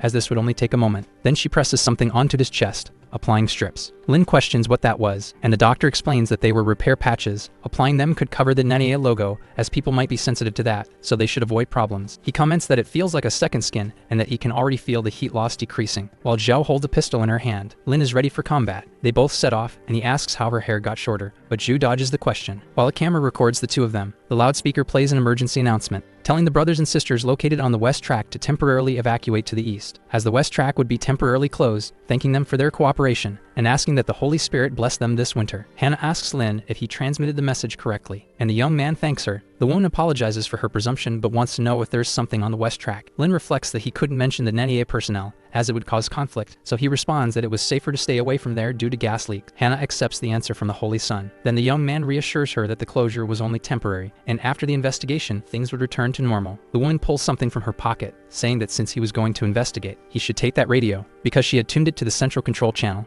and he could contact them at any time. But there was something else, as his tape had come loose. The woman touched his shoulder, saying that everyone trusted him, because the holy children who came after the speaker only wanted sacred communion, but he had truly helped them. Lin told her not to worry because he wasn't going to run away. Then the tape was back in place on his arm. She asked the Lord to light the path for the holy child and for Zhu. Lin commented that the power supply to the section had been cut, but the doctor told him to wait, because they were approaching the estimated location and should hold on. Lin put the flashlight in his mouth, and she asked what he was doing while the young man tried to fix the lighting there. He touched the generator, saying he had learned to fix things in a parallel world. Turning on the train car's lights, Lin said it was expected from the New York subway, but the doctor said it was a new line. However, she told him to be quiet and look over there, surprising Lin with the view, since there were hundreds of people standing still, waiting for something. Zhou commented that most of them seemed to be civilians and wanted to know why they were just standing there like that. But then she noticed Barbara among the civilians. She had a lifeless expression. Then Zhou shouted, asking what she was doing bringing civilians, while Lin told her to wait, because that was very strange, since initially, the people were on the platform, but now they were facing them, and there must be something unknown at work. Barbara simply trembled her legs without speaking, moving toward Zhu, and opening her head, revealing herself to be an empty shell. Zhao was shocked by this, as the face of her friend turned into that of a zombie. Lin shouted for the doctor to be careful as soon as he noticed it was an empty shell, but Zhu fired toward the creature, completely surprising Lin by doing so. Zhao had emptied the gun's magazine. Then she tossed the empty magazine aside and drew another, loading and rearming her weapon. Zhao said she was a little rusty, while Lin questioned if she called that speed rusty, wanting to know if her former colleague had turned into an empty shell. Zhou denied it, saying he hadn't transformed into one, because those were empty shell mimics designed to deceive people. The mimics opened their heads, surprising Zhu as a light began to shine. The creatures opened their chests, spreading the glow, forcing Zhu and Lin to cover their eyes. As the woman shut her eyes, Zhao remembered her colleagues telling her not to look back, wondering what this was. Barbara commented that it would fit perfectly, and Rhodes said it was the birthday present they had bought for Zhu. However, the cake was fake and made with 3D printing, apologizing that the laziness department hadn't approved vacations or funding. Zhao simply thanked her friends with a smile. Lin said that no matter how fast he was, he couldn't run faster than light, but he was surprised when he looked ahead, because all the mimics had turned into Zhou Shuya, shouting at the test subject that they were the real one. Lin said this was going to be complicated. The women kept shouting that they were the real one, and Lin became confused. But Zhu pulled the earring from her ear, ripping it off, throwing it toward her friend. Lin caught the earring in his hand, noticing that it was the doctor's earring. He thanked the doctor for her help clenching his fist, but she was still relentless with herself. Lin rushed toward the hundreds of mimics, saying that the doctor was crazy but very effective. Then he advanced with his foot off the ground, destroying all the fake shouts in his path, saying that he was familiar with the fact that empty shells had blue blood. Zhou kept talking to Lin, asking if he had some kind of special fetish because every time she ended up covered in the empty shell's blood thanks to him. Lin apologized to the doctor, but she threw something else at his hand. It was the other pair of earrings. Lin tried to speak to the doctor, but she said it was a gift, because there was no real reason. She had wanted to throw them away 3 years ago, but now she couldn't use them as a pair anyway, so she might as well toss them to him since they had no trash bins. He thanked her, wondering what kind of reasoning that was, since it made him feel like a garbage can. Zhou looked to the side, hesitant. Then Lin noticed the doctor's expression and wondered if there was a story behind the earring, but it wasn't important now as they needed to figure out why the monsters were there. Zhou told him to stop getting distracted and help her look, while Lin asked what she was looking for. The girl said it was the core and a vesicle he had seen before, because it was the same as the one that had been absorbed into his body, and the young man wondered what kind of discoveries had been made about this. Zhao asks if he remembers the hive-type empty husks that destroyed the apartment since they had no core. Lin agrees and says that the progenitor body of 13 had a core. Then he questions if the empty husks without a core were descendants of a more powerful one, and Zhu explains that the parent continued producing new offspring, because going back to these monsters, they were indeed coreless descendants. If they had a core, they would have found it by now. Lin asks if that was really the case, and she questions what he meant. The young man finds them in the tunnel strange. They seem to obey orders, but only descendants without a parental body could mimic, as if someone had placed them there. However, someone approaches the duo, asking what kind of joke this was, and what was going on there, demanding to know if she was responsible. While Lin groans in annoyance, recognizing her, and Zhu asks who she is. Irina says that there were finally mimics there, but thanks to the two of them, the plan was completely ruined, which was infuriating. Cross asks Irina what happened, and the woman calls him back. She shouts that just thinking about it makes her furious, because the mimic she was supposed to defeat was snatched away by those two, but the person on the communication channel says they both could handle it. She denies it, saying that one of them was just an ordinary person. Zhao raises her gun, calling the girl foul-mouthed. Irina suddenly takes a deep breath, saying that so that's how it is, because that was Subject Zero, and she questions what Jinyu was doing, but the priest says she just had bad luck today. Cross warns Irina not to act rashly because the speaker emphasized avoiding contact as he had his own plan, but the girl takes off her earpiece, saying that such insistence was irritating and that her plan was ruined. She stomps on the earpiece, now completely enraged. Then she prepares her sword, saying that everyone loved to give her orders, but she didn't care about any plan, and the two of them needed to get out of her way. Irina charges forward with her sword toward Lin. Zhao fires a few shots at the girl, but they are easily dodged thanks to her agility. The doctor complains about wasting bullets, but the attack is blocked by Lin Mo with his bare hands. Irina grits her teeth, calling him black. However, Lin Mo transforms, saying that since she chose to fight, there was no reason to avoid combat. Thus, he transforms into his monstrous form. His mask becomes part of his face. Irina comments that he looks different from their last battle, since now he had hair and had become just armor, and even Zhao is impressed, questioning if the test subject had evolved again. The young man wonders what is happening because it feels different from the last two times. The parasite appears, fused with his suit, its most complete form yet, but it warns that he is not the only one with this power. However, Lin wants to know if it has decided to emerge. Irina grows a tail at her waist, saying that it wasn't just her, repeating that the situation was interesting. Now with a cat-like grin on her face, she transforms into a panther, telling him to show his true strength. The woman charges, and Lin wonders if all she thinks about is fighting. Because a psychotic girl remains the same even in the apocalypse, he forms claws in his hands. Irina pulls a pistol from inside her vest, firing at Lin while holding the sword in her mouth. The young man dodges the bullets with his claws, slicing them into pieces without even thinking. Irina orders him not to dodge if he has any courage, while Lin calls her a wild cat. Thus, their fight becomes a battle of speed and evasion, with Lin provoking her. Irina tries to attack again, and the young man notices an armor-like defense. He lunges with his claws, striking the girl in the chest. He is surprised by the result, because once again, his attack was intercepted by a shield. The parasite remembers her and says that this was what blocked its attack before. It was sure it wasn't a normal shield, but Lin signals that they are in the middle of a fight. Irina grabs the sword from her mouth to slash vertically, aiming it at his right leg, and then kicking toward Lin Mo. Zhou says that she knows what that shield is, and Lin asks how she knows, but the doctor explains that she wasn't just watching idly during the fight. There was an electromagnetic force between the molecules that prevented fusion and deflected bullets instead of blocking them. Therefore, the ability was to manipulate that force. Then her extraordinary movements reinforced the theory, because following that logic, she could manipulate the force between herself and the air molecules as well as the ground. Lin asks her to wait, because the tips of her fingers spun, and they were starting to turn red. He asks the doctor if this force was a form of energy, and she says it could be converted into one. The young man states that it was very good and that he knew how to break through her shield. Zhou notices his reckless attitude and mentally urges him to wait, questioning what he was talking about, while Irina attacks him. Lin defends against the strike using his reddened claw. Then he realizes that it was just as he expected. His opponent spins 360 degrees to strike him again. She steps back and asks what was wrong and if he had decided to stop dodging. But Lin looks behind, calling for her, asking if the girl was ready now, with a scar on his eye, because if she couldn't hold on any longer. It was his turn, advancing toward her with his crimson claws. Irina is surprised by his action, being struck before she even realizes it or can do anything. She says that even though she has her coffin of Sada, her speed doesn't mean, thinking that Lin Mo now had clones attacking her from behind. Irina reflects that it was an afterimage of high-speed movement and questions how this man is so fast. Noticing that now he had turned completely red, even his face had taken on that color, and she asks how it was possible that her energy was being drained, because Lin Mo was absorbing all her power, just like a vampire. Zhao analyzes from a distance and says that the piezoelectric effect was actually, when certain materials are subjected to mechanical stress, a charge separation and potential occur, which is the polarization of crystals. In simpler terms, it can generate electricity. The shield amplifies amplified the force between cells and converted attacks into mechanical stress, keeping them weak as long as the defense exceeded their intensity. Lin Mo's claw grows larger and sharper, because this type of high-speed attack allowed the subject to absorb energy. In other words, the shield had turned into a coffin of its own energy. The young man states that in this world, no shield is impenetrable. Then Irina curses him, asking why he was always ruining her plans. Lin questions the plan, wanting to know what she was working on, and if she was controlling the empty husks outside, and if the freezing was related to them. But Irina smiles, saying she understands, because he knows nothing. However, if he wanted to know the answer, he should see it for himself. As she transfers her veins to him, Irina submits her parasite to Lin Mo. Then the young man suddenly opens his eyes, finding himself as a spectral figure in that moment. Lin wonders if that was Brooklyn before the freezing, but it seemed different from what he remembered, wanting to know what it was when he notices a pistol in his field of vision. White is holding someone in his arms while wondering how he became a police officer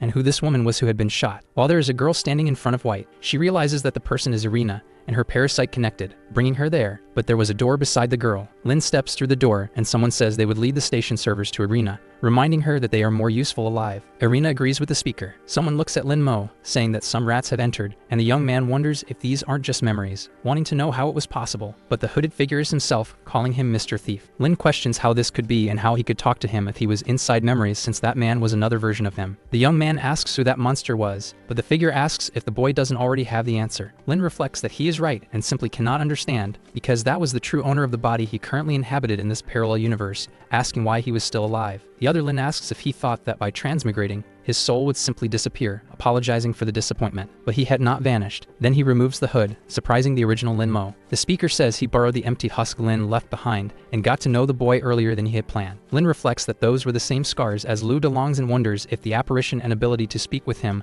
were part of his power, along with his plan. But the man says he doesn't mind revealing it, since Lin can't do anything about his plan. Moving behind Lin Mo and gripping him with his claws, telling him that he would accelerate the freezing process. He drives his claw in, saying that he had no other choice and that his time was up. But Lin Mo should think of it as a welcome gift. The young man wakes up suddenly, remembering that he had returned, and the scene felt familiar, with Irina saying that he understood nothing. But he kicks Irina away. The girl asks him to let her finish speaking. However, he points the pistol at her head, making the girl ask when he stole that. Lin Mo demands she answer without tricks, questioning what she meant by accelerating the freezing. Irina asks where he heard about that, but the young man says he would tell her one last time, so she should answer his question. Irina responds that it's fine, she will tell him, but he should hold the trigger firmly without hesitation. The speaker chief wanted to accelerate the freezing without explaining. Lin questions the reason, but Irina only wants her promised time reversal, because she had some personal grudges knowing that he and those lunatics only had aligned interests, but she didn't care about what happened after the freezing. Joe questions if that was what they called out of sight, out of mind. Irina asks if he is saying that if they don't intervene, the world will end. The doctor mentions the doomsday theory, assuming the world is doomed to destruction, while Irina points to the freezing as proof of the planet's end. Zhao says that the test subject claimed that everyone lost their lives and asks Lin Mo what he thinks. Lin asks if it isn't obvious, because even if it's just to live a few more days, they have to stop them. Irina asks if they heard what she said about stopping them, then she wants to hear what the plan is. Zhao asks if they are brainwashing refugees to use them as slaves to work for them, and the woman asks what was wrong with that, and if there was a problem, since those fools deserve to be their slaves, because the weak should be subordinate to the strong, and they lose the ability to think with false hope. But it was funny. Lin pulls a radio from his pocket and asks if they heard all that. Irina is suddenly surprised. Then the young man tells Hannah to respond if she heard it, and the girl calls out for the Holy Sun. Lin questions if she recorded the conversation just now, and she confirms, because she transmitted it through the station's central control to all platforms of the G-Line subway in New York, so everyone should have heard about it. Lin questions if she had just asked how they were going to stop the prophetic society, but the first step was when civilians discovered that everything was a lie, because that way they would destroy the false hope she built. The men removed their masks with glaring eyes, stepping on it in rage against the prophetic society. Hannah rips the bracelet from her arm. Then Joe says his test subject was very clever for thinking of that. Lin wonders if she always made him look dumb, but he replies that this was probably the value of having lived twice. Irina starts laughing, and Joe asks why,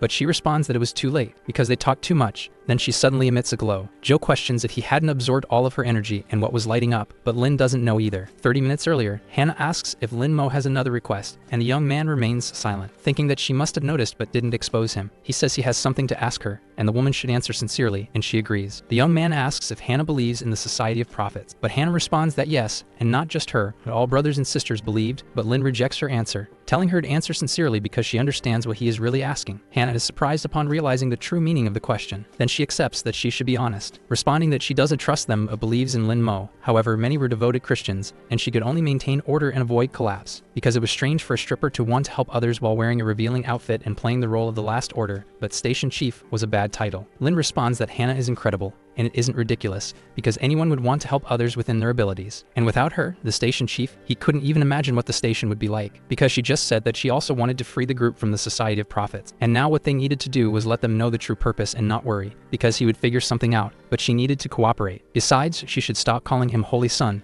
because he has a name, and it's Lin Mo. Lin says that, just like last time, she was trying to escape while Zhou opens fire. Both shoot at maximum speed at Irina, trying to send her beyond, piercing the woman with several bullets. However, Lin orders them to cease fire when a light appears. They are surprised by the magnitude of the light. It explodes shortly after, with Lin holding on to Zhou. Both fall side by side. Lin is still shocked by the explosion, and Zhu warns that it was close. Getting up, the girl asks what is happening, and the man responds that she should remember what he said after the last fight, because that had been the teleportation he mentioned. Outside, in the isolated city, Cross walks through the snow carrying Irina's wounded body. Irina says nothing, and Cross remarks that even though Grace can repair her body, the girl apologizes, and the priest is surprised that she can even apologize for her actions. However, Irina raises her middle finger at Cross, telling him not to get carried away. Then she apologizes because she lost to the black-haired guide and tells him not to inform Han Jinyu, as she would only become more annoying, but Cross just tells her to rest. Lin is startled as he looks ahead, wondering why he feels this way. The atmosphere is entirely wrong compared to what he expected, and the people in the subway look downcast. Lin tries to talk to them, but he wonders why they are like this, and if all of them are afraid of him. Zhao asks if he has guessed the reason, and the young man agrees. Lin says that naturally this was bound to happen, because in a collapse of faith, people become paranoid, and paranoia breeds restlessness and suspicion, especially in this apocalypse. Then he says that he has experienced this firsthand. He tells the people that they must already know that the empty shells deliberately attacked the fortress, put the saints on display, and enslaved them. One of the people asks what the point is in listening to Lin, since both he and the others are holy sons, and a girl pleads with them not to say that. Lin responds that he understands why they don't trust him,